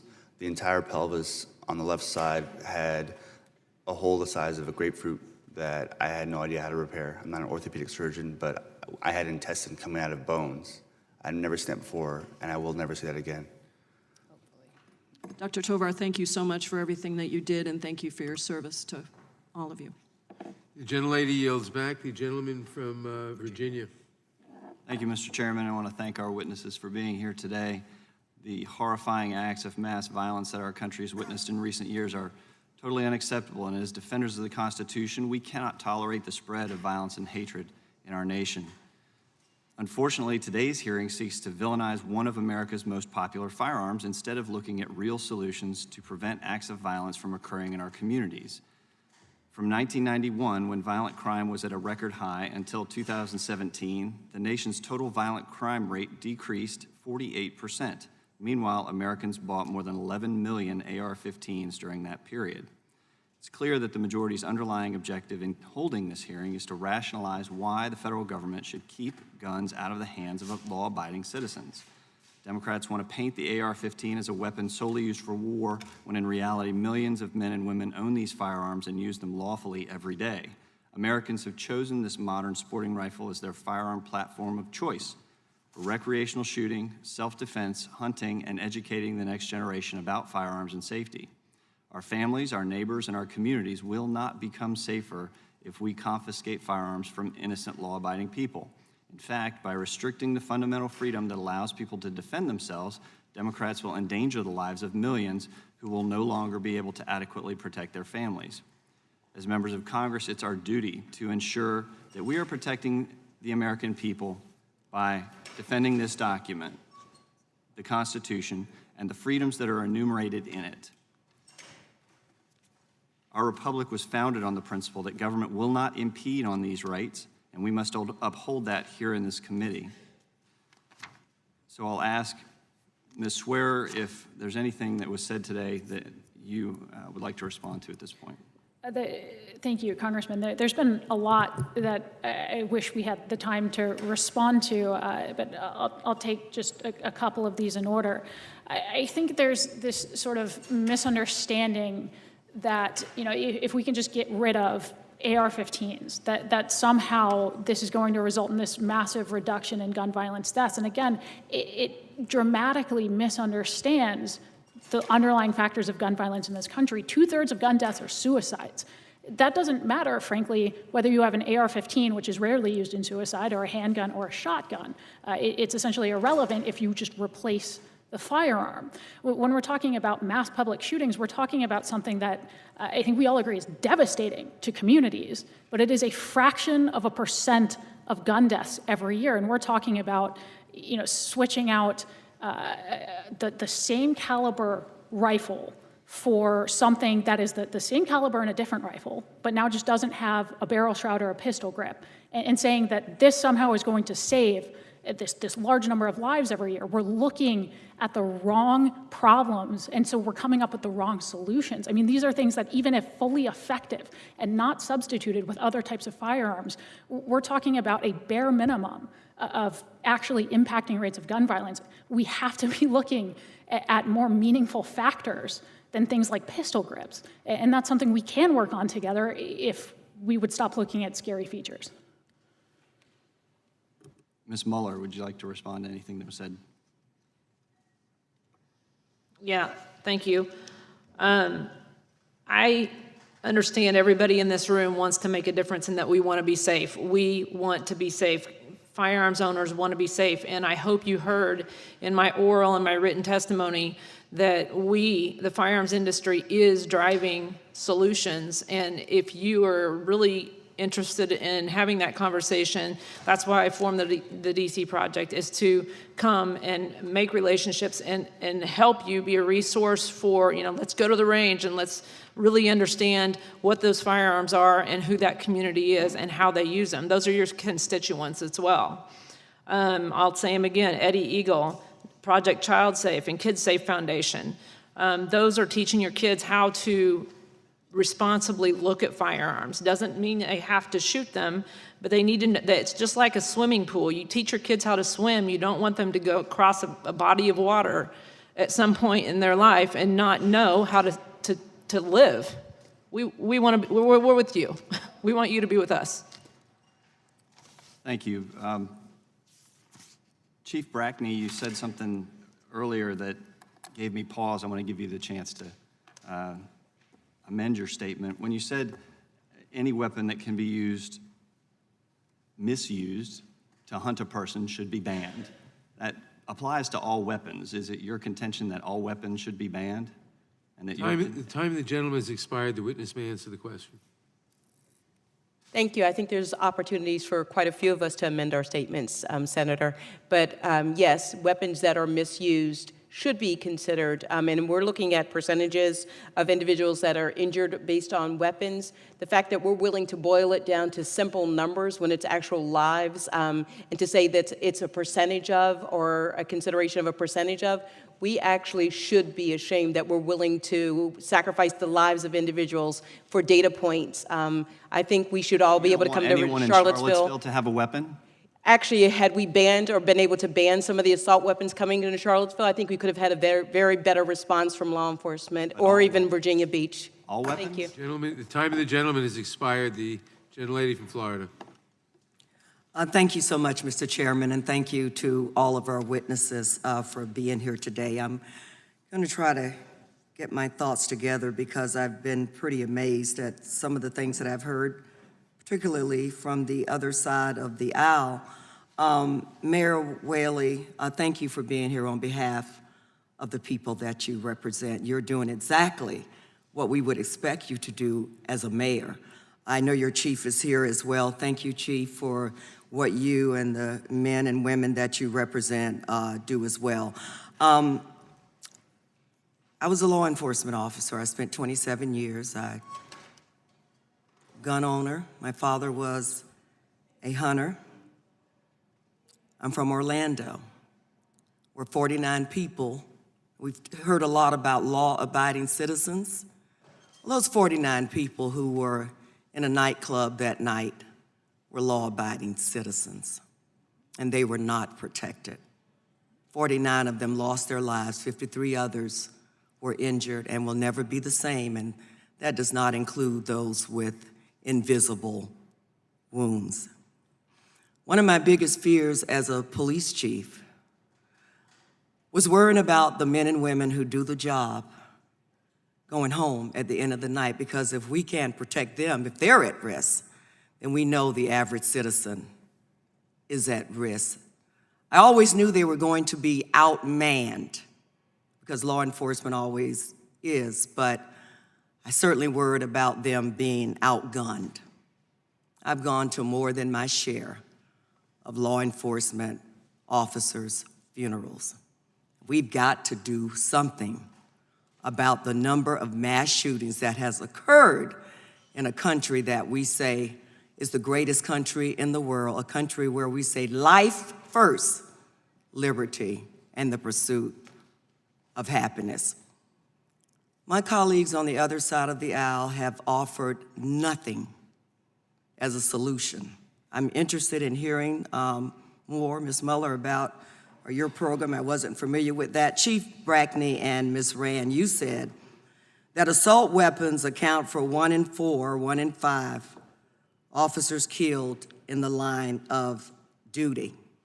It appears that we love our law enforcement officers until it comes to banning weapons that can blow a hole in them the size of a grapefruit, or rounds that can penetrate their ballistic vests. Chief Brackney, I'd just like for you to talk a little bit about the men and women that you command, the burden of keeping them safe, and really, why are you here today? Thank you, and I appreciate your service as well. For me, personally, having experienced 3 officers die in Pittsburgh by an assault weapon, knowing there was nothing we could do to protect them, knowing that one of our officers was lying there at that point in time, saying over the air that he loved his wife, to let her know that was his only love. He loved his children, knowing he was going to die. And we could not get to him for hours as he lay there dying and bleeding out as a result of that tragedy. I'm here because, as we know, Charlottesville experienced tragedy at the hands of hate. And when you have the type of weapons that can be brought into a community that can devastate an entire community, I actually would be ashamed of any former law enforcement officer who said, I will refuse to comply with a law that they were uphold or swore to uphold themselves. I say to you, and each and every one of you, if you have to go home every night thinking about where your team, where the people who are out there come home alive every day, if you had that burden to bear and you could see the secondary trauma that's enforced upon families, not just the initial trauma, as they look out the doors to see if their parents are coming home, whatever that person is who's willing to give their life for a stranger, we talk about what greater love is that. We don't ever amend or talk about that we've restricted your First Amendment rights. You can't say anything at any time. Saying no right is absolute. Right. That's right. You so if we are say willing anything, anywhere, anytime. That's exactly right. And if we're willing to amend what you can say, why wouldn't we consider what you can amend that could cause a type of devastation in each and every one of our communities? So I just thank you even just for the opportunity to be heard today. Thank you so much, Chief. Thank you to all of you. Mr. Chairman, I yield back. Gentlelady yields back. The gentleman from Florida. Thank you, Mr. Chairman. The right of the people to keep and bear arms shall not be infringed. It says arms, plural. Not certain types of arms, it says arms. And I stand by the Constitution and I stand by the Second Amendment. The Second Amendment has absolutely nothing to do with hunting, although there's been a lot of talk today about hunting and hunting rifles. And it has everything to do with your constitutional right to defend yourself, your family, and others. This is step number one, and the Democrats plan to take away your guns. Step one, ban a certain type of firearm that no one can properly define today. I have still not heard a proper definition of what it is that we're talking about banning. Step number two, now that we've taken your semi-automatic rifles away, now we will take your semi-automatic handguns away. Step number three, now that we've taken all your guns and the government only has their guns, now we've turned into Venezuela and Cuba. There is absolutely no difference in the functionality of an AR-15 and a semi-automatic handgun. None. Absolutely no difference. And we heard the ATF individual talk about as fast as you depress the trigger is as fast as a round comes out. As fast as you depress the trigger on an AR-15 is as fast as a round come out. As fast as you depress the trigger on a semi-automatic handgun is as fast as a round comes out. The weapon I was issued when I did serve in armed conflict was much different than what is available commercially today. The M4 that I was issued in the United States Army in service of Operation Iraqi Freedom had a selector switch on it for 3-round burst and fully automatic. That weapon of war, which is the terminology that the left likes to use, is not available to the general public. The general public cannot go and buy the weapon that I was issued when I served in Operation Iraqi Freedom. And this term assault rifle is a fiction. It doesn't exist. AR stands for Armor Light, which is the company that actually manufactured the original AR-15. There is no such thing as an assault rifle. Just like if I threw my cup at somebody here and it killed them, that would be an assault cup. If I used my truck to run somebody over, I guess that would be an assault truck. So we're using a fiction to demonize a certain type of weapon. So Chief Brackney, I have a question. Isn't it true that an AR-15 discharges a round every time that you depress the trigger? Is that correct? Yes, that's correct. And is it also correct that every time that you depress the trigger of your service revolver, that a round is dispersed? Is that correct? Yes, based on the social contract and the social compact that I have with society to police society, that is correct that when I discharge my weapon, that does occur.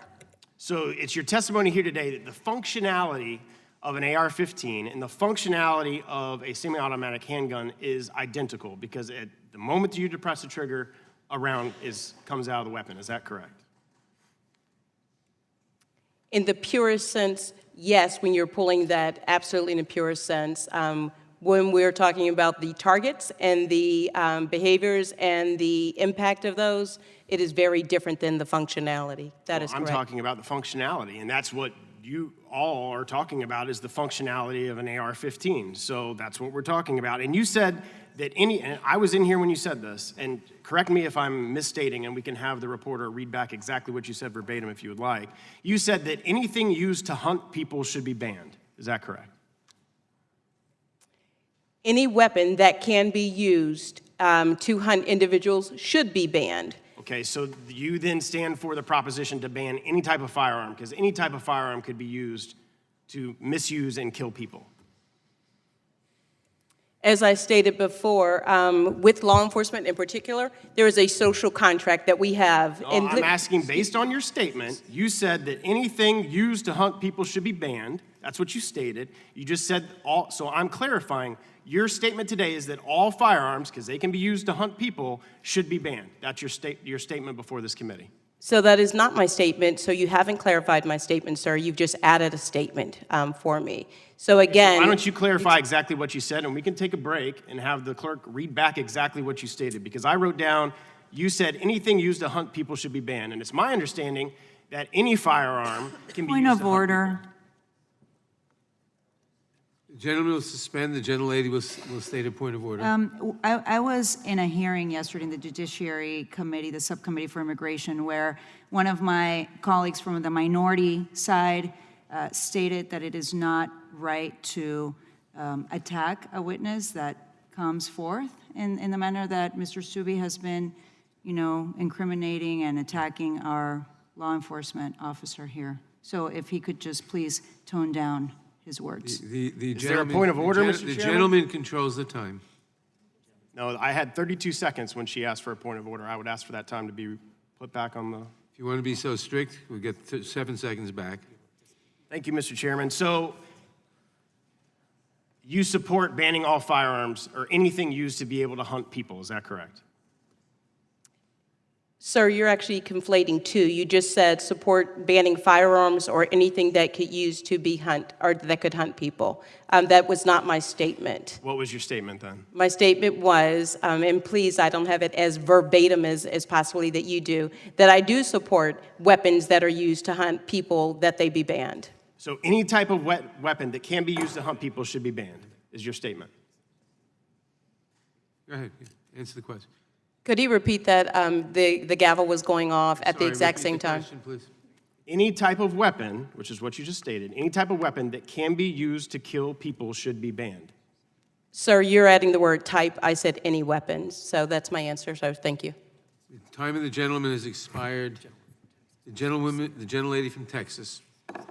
Thank you, Mr. Chairman, and thank you for having this very important hearing that many of us have been waiting for. And to all the families and those that are here that have lost loved ones, thank you for being here. I know that every time that you have to sit and listen to this kind of testimony and the back and forth, it brings back so many memories. And please know that we feel your pain and we are getting ready to do something about it.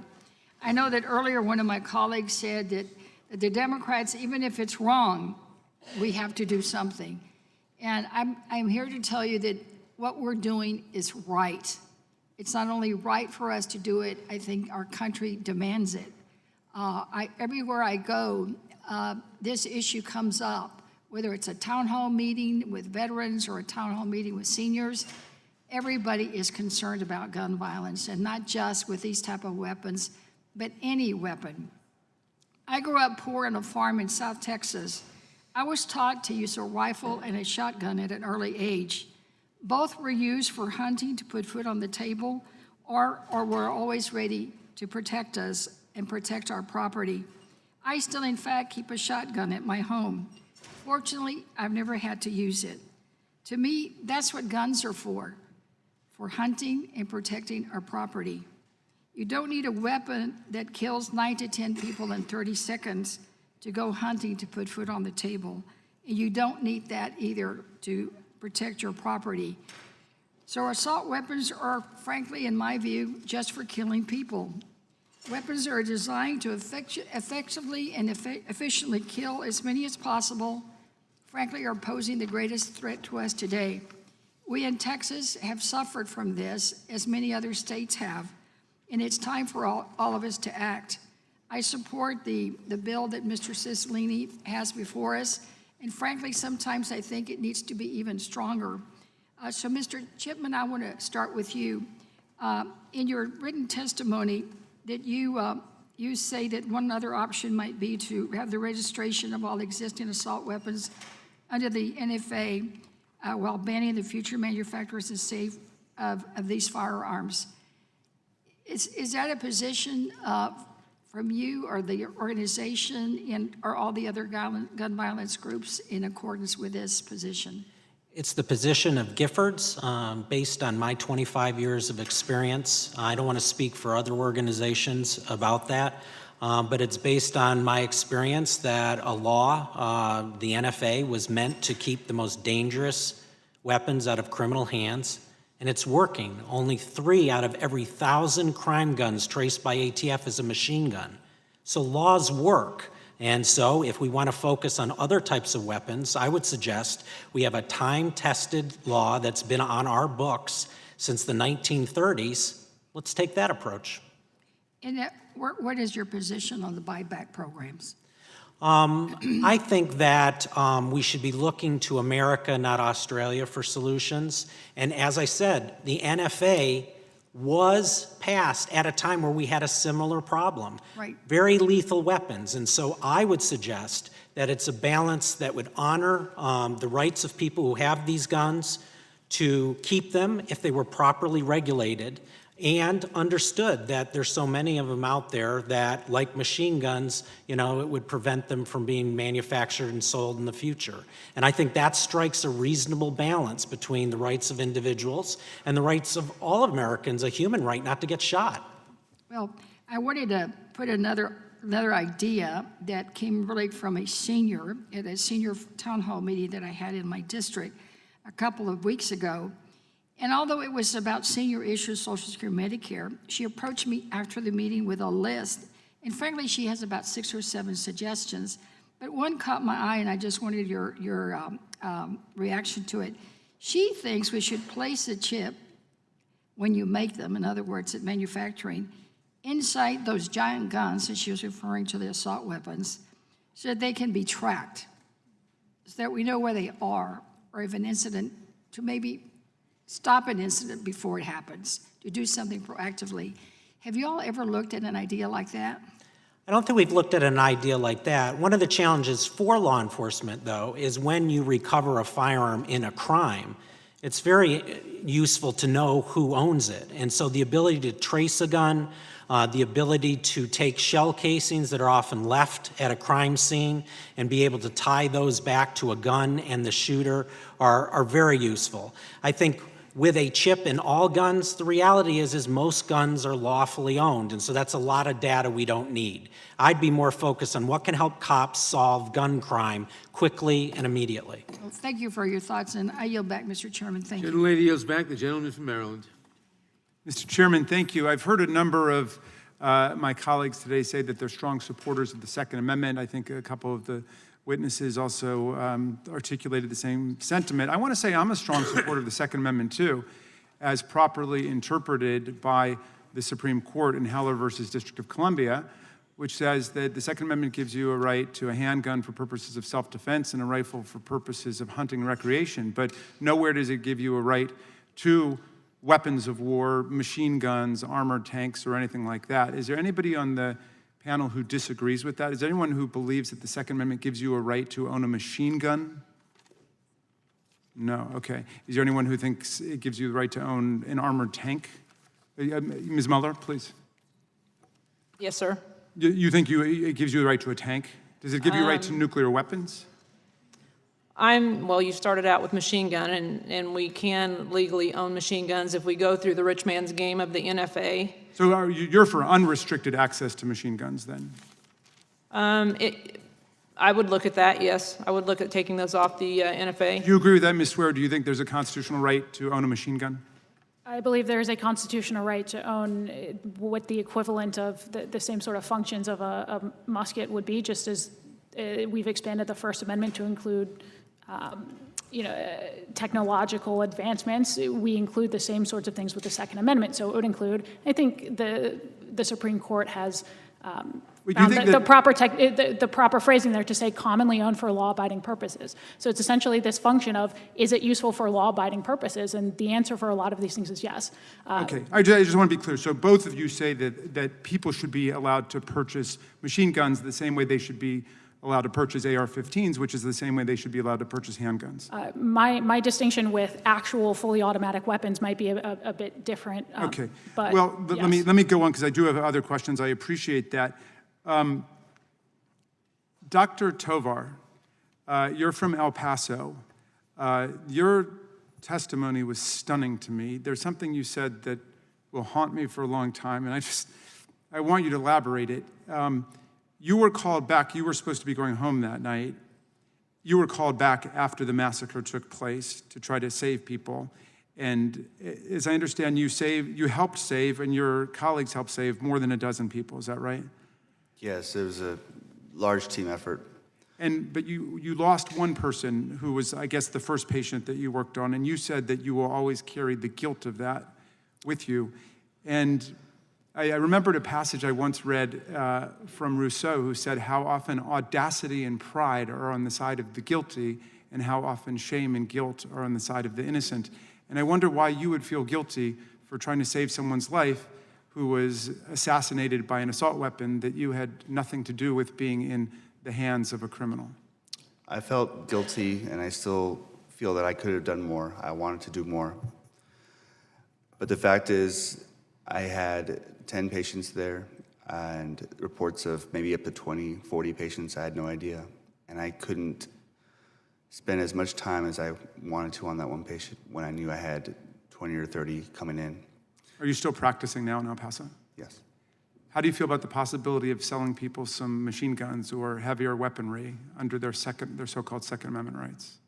I would not agree with that, but the Second Amendment stands. Yeah.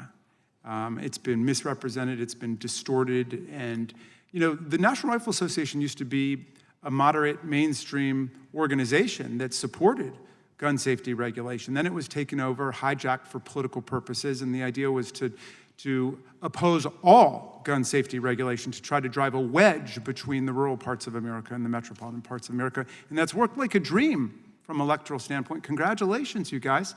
But we have casualties on the streets of America in every city and town. These are our people. These are American citizens who are being shot down by these weapons of war, which you think the Second Amendment covers, but the Supreme Court doesn't. Ms. Mueller, you said something before about how I think you had friends in the military who don't prefer the AR-15. Tell me if I got this right, because they want something with greater stopping power. Will you explain what that means? Yes, sir. They were saying that, it's their job in war, in combat, to kill people. And they were telling me, relating that it's not an effective round. And that, what does it mean not to have enough? What you said before, I think, was they preferred a weapon with greater stopping power. Correct. I don't know that phrase. Will you explain that to me? Gentleman's time has expired. The witness may answer the question. stopping power is stopping a threat. If this person needed to be killed, that the .223 was not a good round to do that. So, in other words, the weapons that killed in El Paso or Dayton did not have enough explosive force? Is that it? Correct. Okay, I yield back, Mr. Chairman. Gentleman yields back. The gentlelady from Georgia. Thank you, Mr. Chairman. I'd like to thank my colleague, Mr. Negus, from Colorado, for yielding to me for a few moments to go first. And I want to thank all of our witnesses that are here today. Most definitely, I want to thank our survivors, their families, and all the GVP activists that are taking their time to be here to discuss this important issue. I first want to underscore that the current prevalence of assault weapons was the result of not of action, but of inaction. Congress did not end the assault weapons ban by lifting it, but by simply allowing it to expire. And I believe that inaction has most definitely cost lives. Tragically, we have seen extremely little action to address gun violence in the past several decades. I'm pleased to be part of this present moment in which we are finally having hearings like this to illuminate the multifaceted problem of gun violence. No single measure will end this epidemic, but we know that there are bills that will save lives. The House has already passed some of those. Universal background checks, closing the Charleston loophole, and we are continuing to explore other laws too. The House has also passed an appropriations package that funds gun violence prevention research. But time and time again, Senate inaction is maintaining the status quo. It has been over 200 days since the House has passed H.R. 8 to require universal background checks. And in that 200 days, the Senate has done nothing. The House voted to provide a historic $50 million package to fund gun violence research, but a Senate proposal instead recommends nothing. Americans are paying for Senate inaction with their lives. We lose another 100 people to gun violence every single day. Every day, 100 families face a new and terrible loss. And inaction is absolutely unacceptable. And I'd like to say for anyone on this panel, unless you have experienced gun violence, you have no idea the burden of loved ones lost and the burden that that has on their families and their communities. Dr. Brackney, how did the expiration of the assault weapons ban affect law enforcement? Thank you. I am in complete agreement with you. When we are too cowardly to face issues and instead let them to expire like we would milk in our refrigerator versus taking some sort of action. As we know in any other field, think about the medical field, there's often incremental steps that we take in order to create medications to address cancer. We don't say until we have the cure, we do nothing. And we are doing something very similar when it comes to law enforcement. The attacks on law enforcement, the ambushes on law enforcement have increased. People have been emboldened by the fact that not only do they have the weapon and the capacity to do that, but there's the prevalence of which they can get these weapons. There's now also the ghost weapons, in which you buy pieces and parts of it so that you can get around, again, legislation when it comes to what you must be required to do in order to obtain a weapon legally. This is an absolute atrocity, and I've attended those funerals of officers over the 35 years that I've been in law enforcement, the more than 3 decades plus that I've been in law enforcement, and it continues to hold a pit in your stomach for every person that you see that has lost a life, but also it moves concentrically outward. It affects an entire nation. The last shootings that we can remember in Dayton, it stopped the country and we held our breath for literally days. And then we've forgotten about the shooting that occurred just before it, and probably will forget about the next one as well. Thank you. And Ms. Rand, we know that assault weapons are the weapons of choice for mass shooters. What do we know about why they choose these weapons?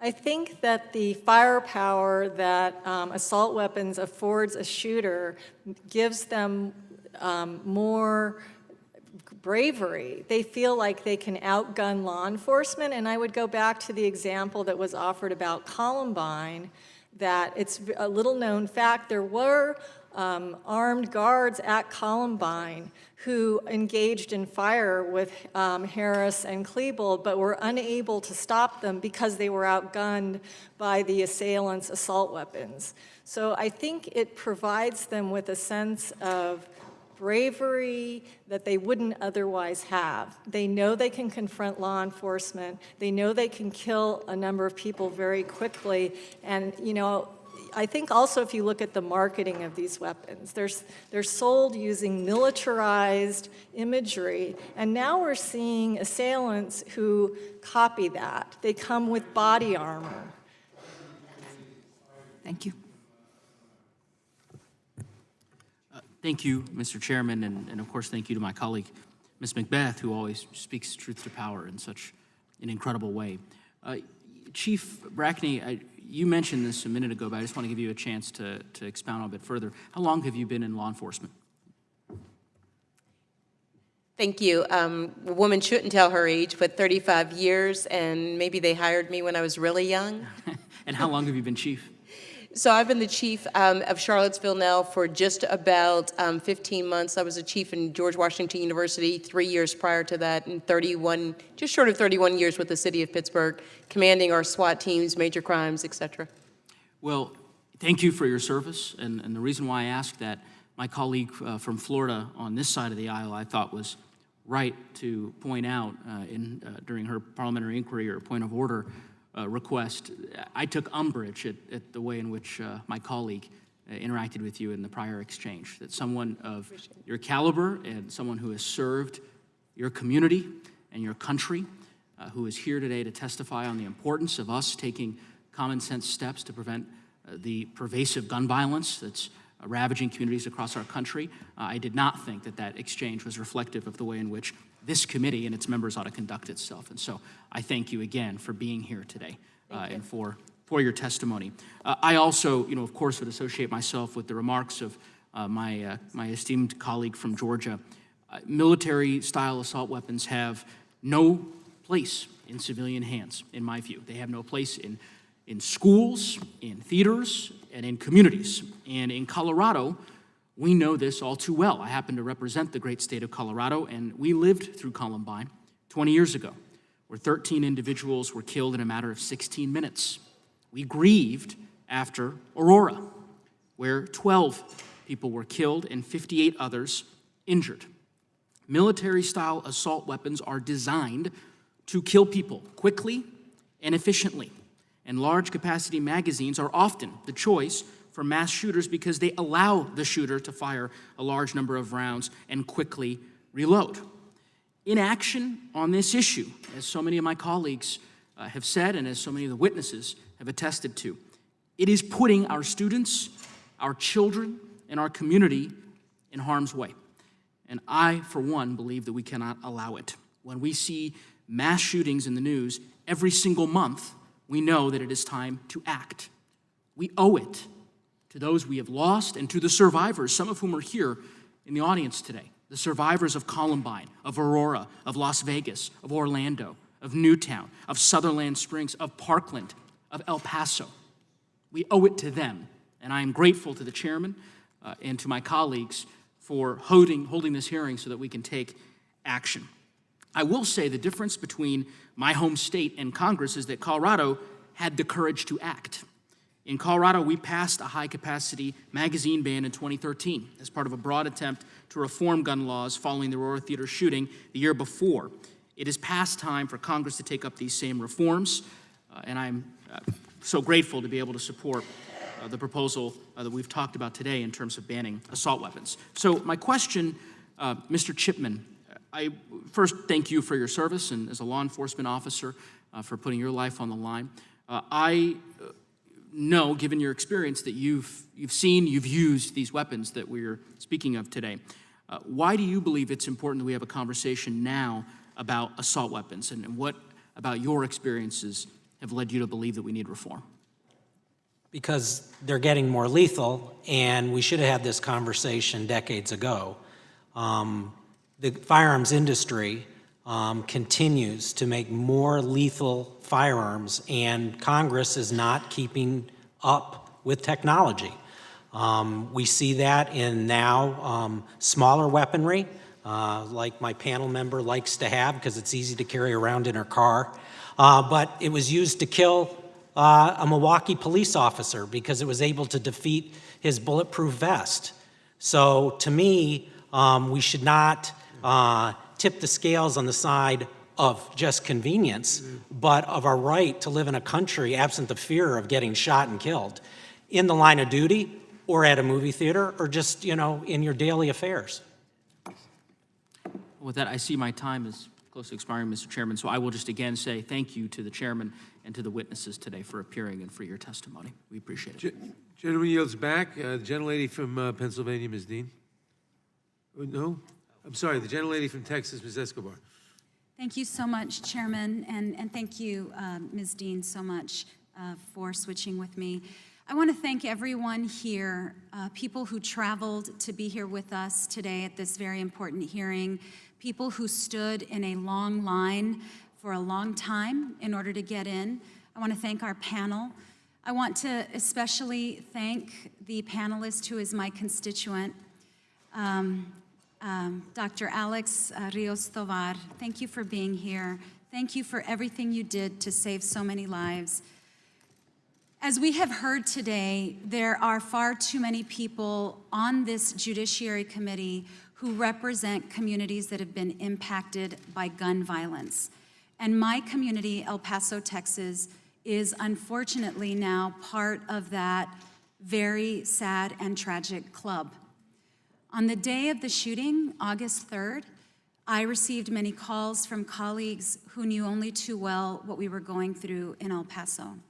And the very next day, Dayton entered that awful club, and days later, Odessa entered that awful club.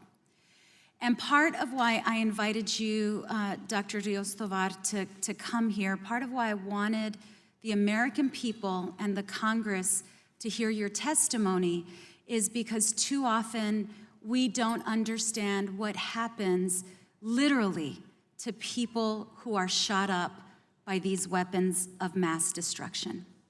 And I want to say something before I ask you the question I'm about to ask you. But that day on August 3rd, El Paso was a victim not just of the gun violence epidemic, but we were also a victim to the hate epidemic of this country. And last week, we passed legislation, we marked up legislation out of this committee that began to address that hate epidemic. And it was shocking to me that some of the people who use the language that fuels that hate epidemic were wondering why we needed to pass laws about the hate epidemic. But as long as we have people pushing that language and that racism, we will need laws that protect communities like mine. And as long as we have people who say, I deserve to have a weapon of mass destruction so that I can shoot critters, as we've heard today, or so that I can have an accessory like shoes, as we've heard today, then we will continue to see massacres and bloodshed.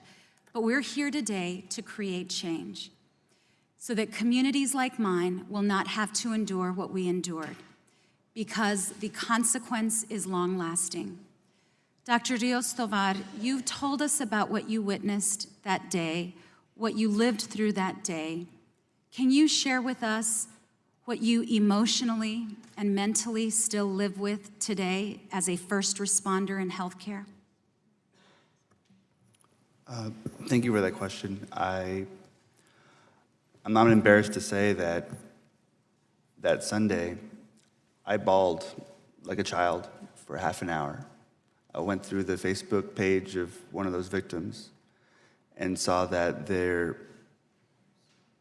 that baby is going to live without parents. Is an orphan now. And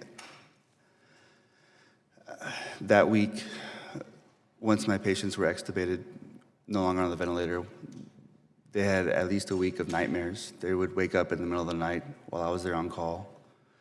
And I'd hear from nurses, I'd see it myself, the nightmares that they would awaken from. I haven't been able to sleep for the past 2 months since this tragic event happened. And I encourage all those that are affected by a tragedy like this to go and seek counseling, because it's important to recognize that not just the victims and the victims' families, but those first responders, even those that are not present, there's a lot of guilt that comes to providers who were not available to respond because they feel that they should have been there to help out as well. So there's a lot of room for therapy and for counseling for the entire community, and I think it's very helpful. Dr. Rios Tovar, thank you so much for everything you did to save all the lives and to touch all the lives that you did. You're a hero. All of these deaths and all of this pain was needless, and we can change that today. Thank you. Gentlelady yields back. The gentlelady from Pennsylvania. Thank you, Mr. Chairman. I thank all of the testifiers and the advocates for being here. And I thank the advocates or the testifiers for the minority because you proved how weak your argument is. Mr. Chairman, I wanted to take a look at, and if I could have a slide brought up, a little bit of the history of this conversation and where this country stood.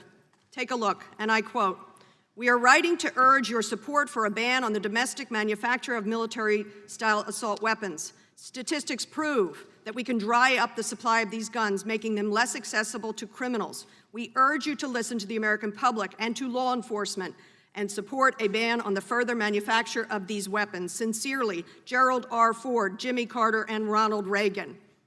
This should not be a political issue. In 2004, we had the opportunity to save even more lives by reauthorizing the ban. Even George W. Bush favored an extension of this life-saving law. Would you play the clip?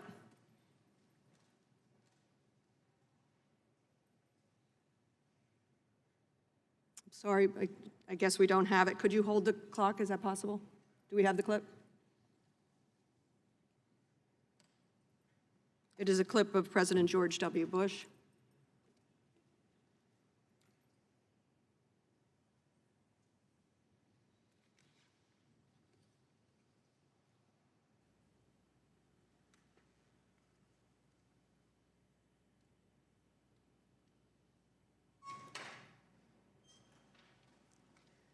I see we're having a problem with the volume. Oh, there we go. My view is clear. I did think we ought to extend the assault weapons ban. Unfortunately, President George W. Bush was not able to persuade enough of his Republican colleagues, and the ban expired through inaction. This should not be a political debate. I'll tell you what has changed and what has made it a political debate among politicians only, not among Americans. More than 500,000 Americans have died from gun violence. America has suffered more than 300 mass shootings per year. The NRA ramped up its lobbying of Republican members on this very committee, 17 of who the NRA spent a record, spending a record $54 million in 2016 elections alone, and every single member of the Republican side of this dais has accepted campaign contributions and other support to a total of $1.2 million total. We know now that no atrocity convinces our Republican colleagues to reject NRA funding and to do what is right. Not Sandy Hook, not Parkland, not Las Vegas, not Tree of Life, not El Paso, not Dayton, and I could go on and on. One party has made this a priority, and it is us. It shouldn't be us alone. It is a question of our common humanity. I'm a mother and a grandmother, so I'll ask a couple of quick questions if I may. I'd like to start with Mr. Chipman. How does a pistol grip and barrel shroud make it more likely a mass shooter will be able to kill many people?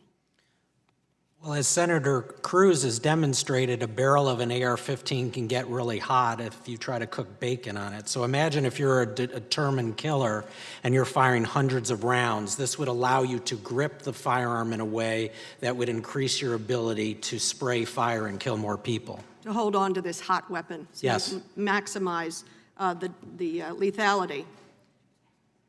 Mr. Chipman, can you provide us your thoughts on the threat to law enforcement, since you've been on both sides? The single biggest threat is how common now rifle rounds have been instituted in now handguns. Traditionally, law enforcement were wearing vests to protect themselves from handguns that fired handgun ammunition. But that wasn't enough. The industry purposely has now created weaponry to defeat bulletproof vests, and that's the biggest threat. There's a bill that actually Ms. Demings has presented that tries to address this. And we saw it already this year in Milwaukee, where an officer executing a warrant has got his vest on, but the shooter has an AK pistol and it defeats it. I thank you, and I'll end with this thought. I am a mother, I'm a grandmother to a second grader, and I have 2 grandchildren coming this year. So it is through that lens that I take a look at, please, would you please roll the tape, This is a question of our common humanity. We have crossed a threshold no country should have ever crossed. Please play the tape. This year, my mom got me the perfect bag for back to school. These colorful binders help me stay organized. These headphones are just what I need for studying. These new sneakers are just what I need for the new year. This jacket is a real must-have. My parents got me the skateboard I wanted. It's pretty cool. These scissors really come in handy in art class. These colored pencils, too. These new socks, they can be a real lifesaver.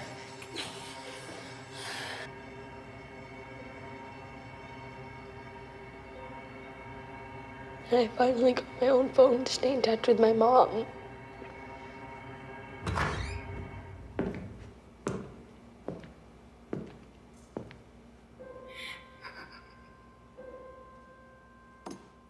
Mr. Chairman, I yield back, but we will not yield. Gentlelady yields back. The gentlelady from Florida is recognized.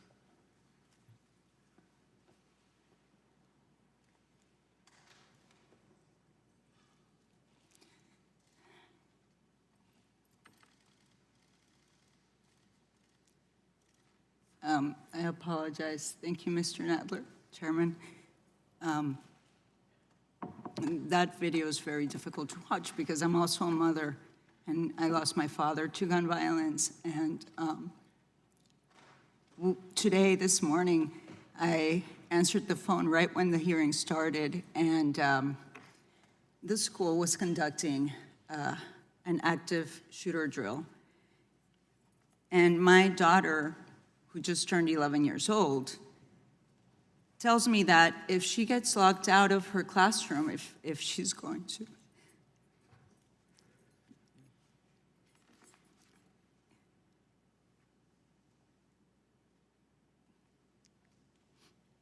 if she can't get into the classroom, she would try to talk to the shooter and tell him or her to remember his little brother or sister to not shoot. This is what our children now have to live with. I wasn't planning on starting my testimony with that story, but I want to share a quote that I received from one of my constituents. He's an ER doctor. He works in the Homestead Baptist Health System, Dr. Woltansky. He told me that, quote, assault weapons do a tremendous amount of damage to the human body. The tissue damage and destruction is exponentially worse than a conventional handgun. From the carnage that he's personally witnessed, he says that assault weapons, quote, are not defensive weapons. They are offensive weapons designed to inflict death, tissue damage, and devastation on the human body, and that's what they do very effectively, end quote. That is clearly what military-style weapons are designed for. We've seen these weapons of war being used in places like Iraq, in Afghanistan, and they are now being used in our very own communities, taking the lives of our children, our parents, our brothers, our sisters. It has to stop. And there's something that we can do here in Congress today. And Ms. Mueller, you said earlier, which really struck me, you said, you know, you were describing a gun, and you said, I love this little gun. It's time to love our children more. We have to take action. That is why we're having this hearing today, because there is a way to protect our children and our communities, and it's by passing stricter gun laws. I'm not done here. With me? No, please. In Florida, the pain of losing our loved ones strikes home, very close to home, close to my district. We've had 2 recent mass shootings that resulted in 65 deaths, 65 people that lost their lives. In Parkland, last Valentine's Day, on February 14th, a shooter using an AR-15 style rifle opened fire on high school students that day. And in 6 minutes, the shooter with his assault weapon killed 17 people, 17 kids, including a coach, injured 17 others. In 2016, at Pulse nightclub in Orlando, a shooter using another military-style rifle fired into a crowd. With the assault weapon, he killed 49 people and injured 53 others in a matter of minutes. And in the Pulse nightclub that night was Jerry Wright, the son of my very good friends Fred and MJ Wright. He was a wonderful, loving, caring son. He was there to have a good time, to enjoy Latin music that night. And his life was cruelly taken. He was only 31 years old. And I know that MJ and Fred live with that pain every single day. Jerry didn't deserve this. His parents didn't deserve this. But because the shooter was able to obtain that military-style rifle, he delivered a devastating fate to the Wright family that day. These are weapons of war. Period. Full stop. They don't belong in our communities. Now, I want to ask Dr. Rios Tovar. I've spoken to doctors in my district who have described these terrible injuries. Can you just elaborate what a gunshot wound from an assault rifle looks like compared to that of a handgun?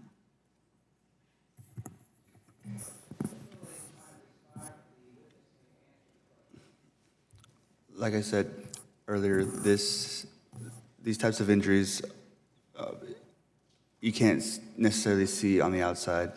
That one victim that perished had a single gunshot to the back and out the clavicular area. It looks like a simple through and through, not so much going on. But once that autopsy was done, we saw that a hole the size of my fist was through her lung, the apex of the lung, and there was nothing I could do from that point.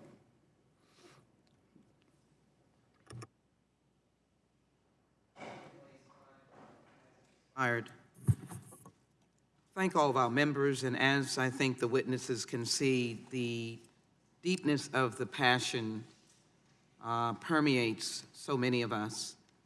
I've been in the United States Congress for 24 years, and that means that I have a lot of personal wounds that do not in any way reflect the victims of gun violence who lost their lives.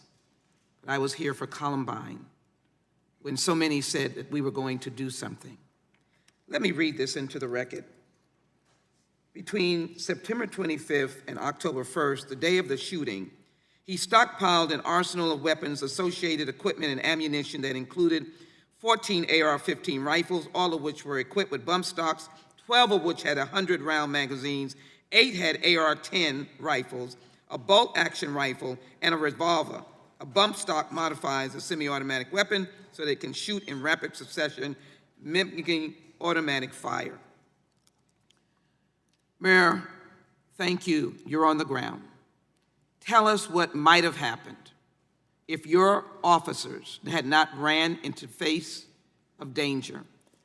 I have a lot of questions, and so I welcome you going right to it because we know it. I want the record to have it, to know how they saved lives, but how they had to run directly in danger. Thank you, Representative. The 7 officers that ran to stop the shooter in 32 seconds saved countless lives because where they stopped, the shooter was right outside an entryway to a bar that hundreds had already shoved in and had no way of getting out. And if we did not have, as I like to say, 6 good guys with guns, the amount of damage and death that would have happened could have been in the hundreds. But you had a bad guy armed with an automatic weapon. Exactly. And you know, he still, in 32 seconds, even with those officers there, killed 9 and injured dozens more. Thank you. You're here supporting a ban on assault weapons? Yes, ma'am. Chief, you heard me describe what the shooter in Las Vegas had, mounted on a post, almost like he was in war, on a mountain, hiding, so that those who were making their way up would be in the range of danger. Tell me what in God's name one could imagine that any civilian needed those weapons, which resulted in 58 dead and the danger and loss of life even of law enforcement who had to run toward that danger?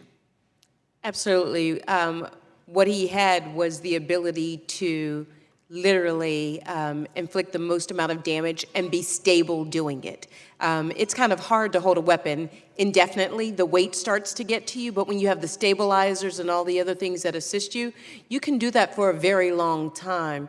And when you want to talk about running towards danger, 5 officers were shot as they ran into the tree of life, attempting to disarm and neutralize the individual who then had killed 11 people at that point. Had in an time. automatic weapon? He had one of those as part of those. He used predominantly that his handgun there.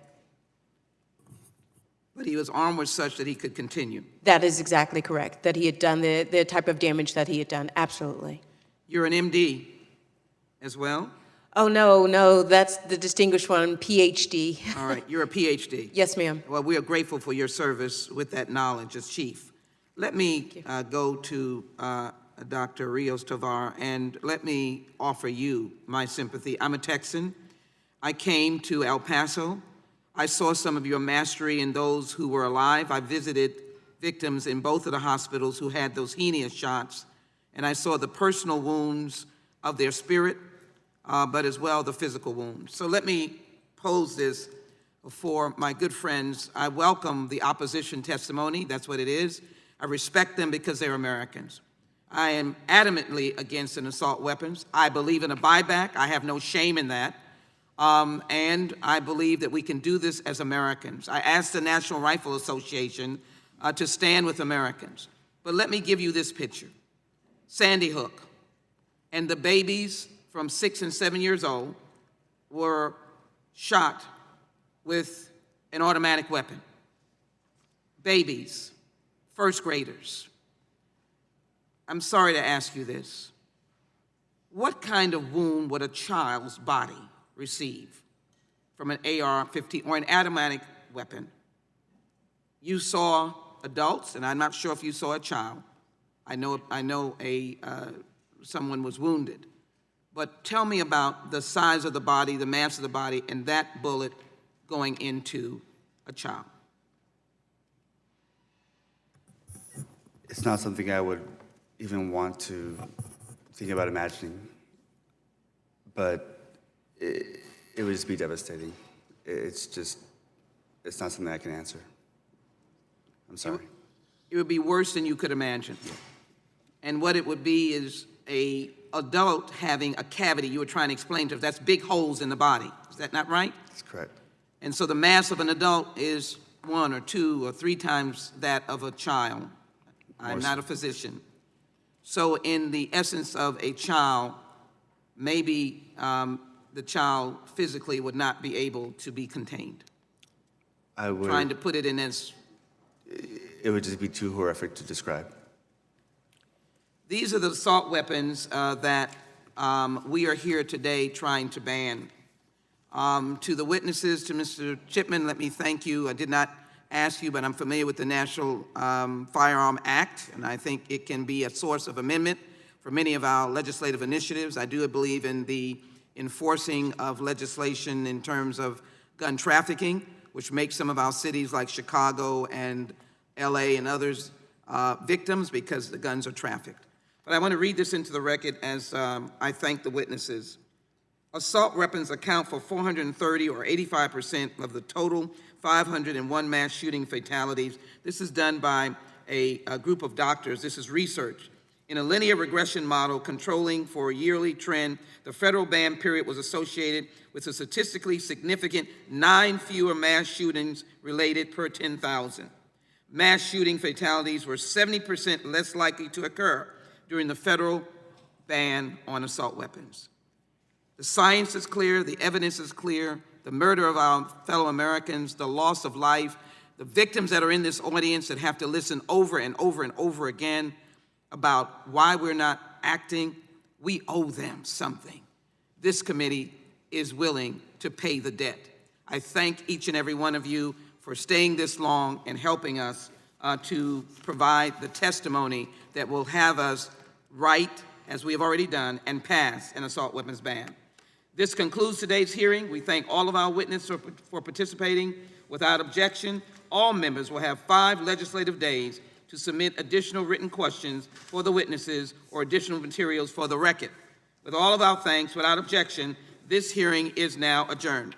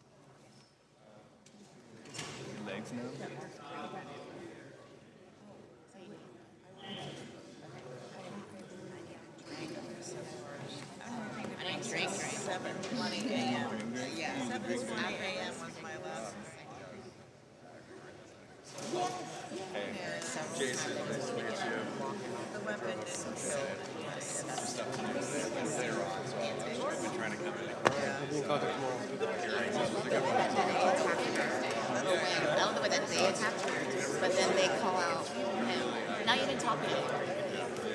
Having her ask a question. Yes, ma'am. Hi. Did you wear that on purpose? Blue did not wear that. Just a coincidence. I was just wondering if I could get a quick statement. Sure, can we, and who are you with? Good to see you. Oh, okay. I contract. Okay, all right. Do you have a card? Yes. And can you walk me to the bathroom while we talk? Absolutely. I'm a big fan of walking. And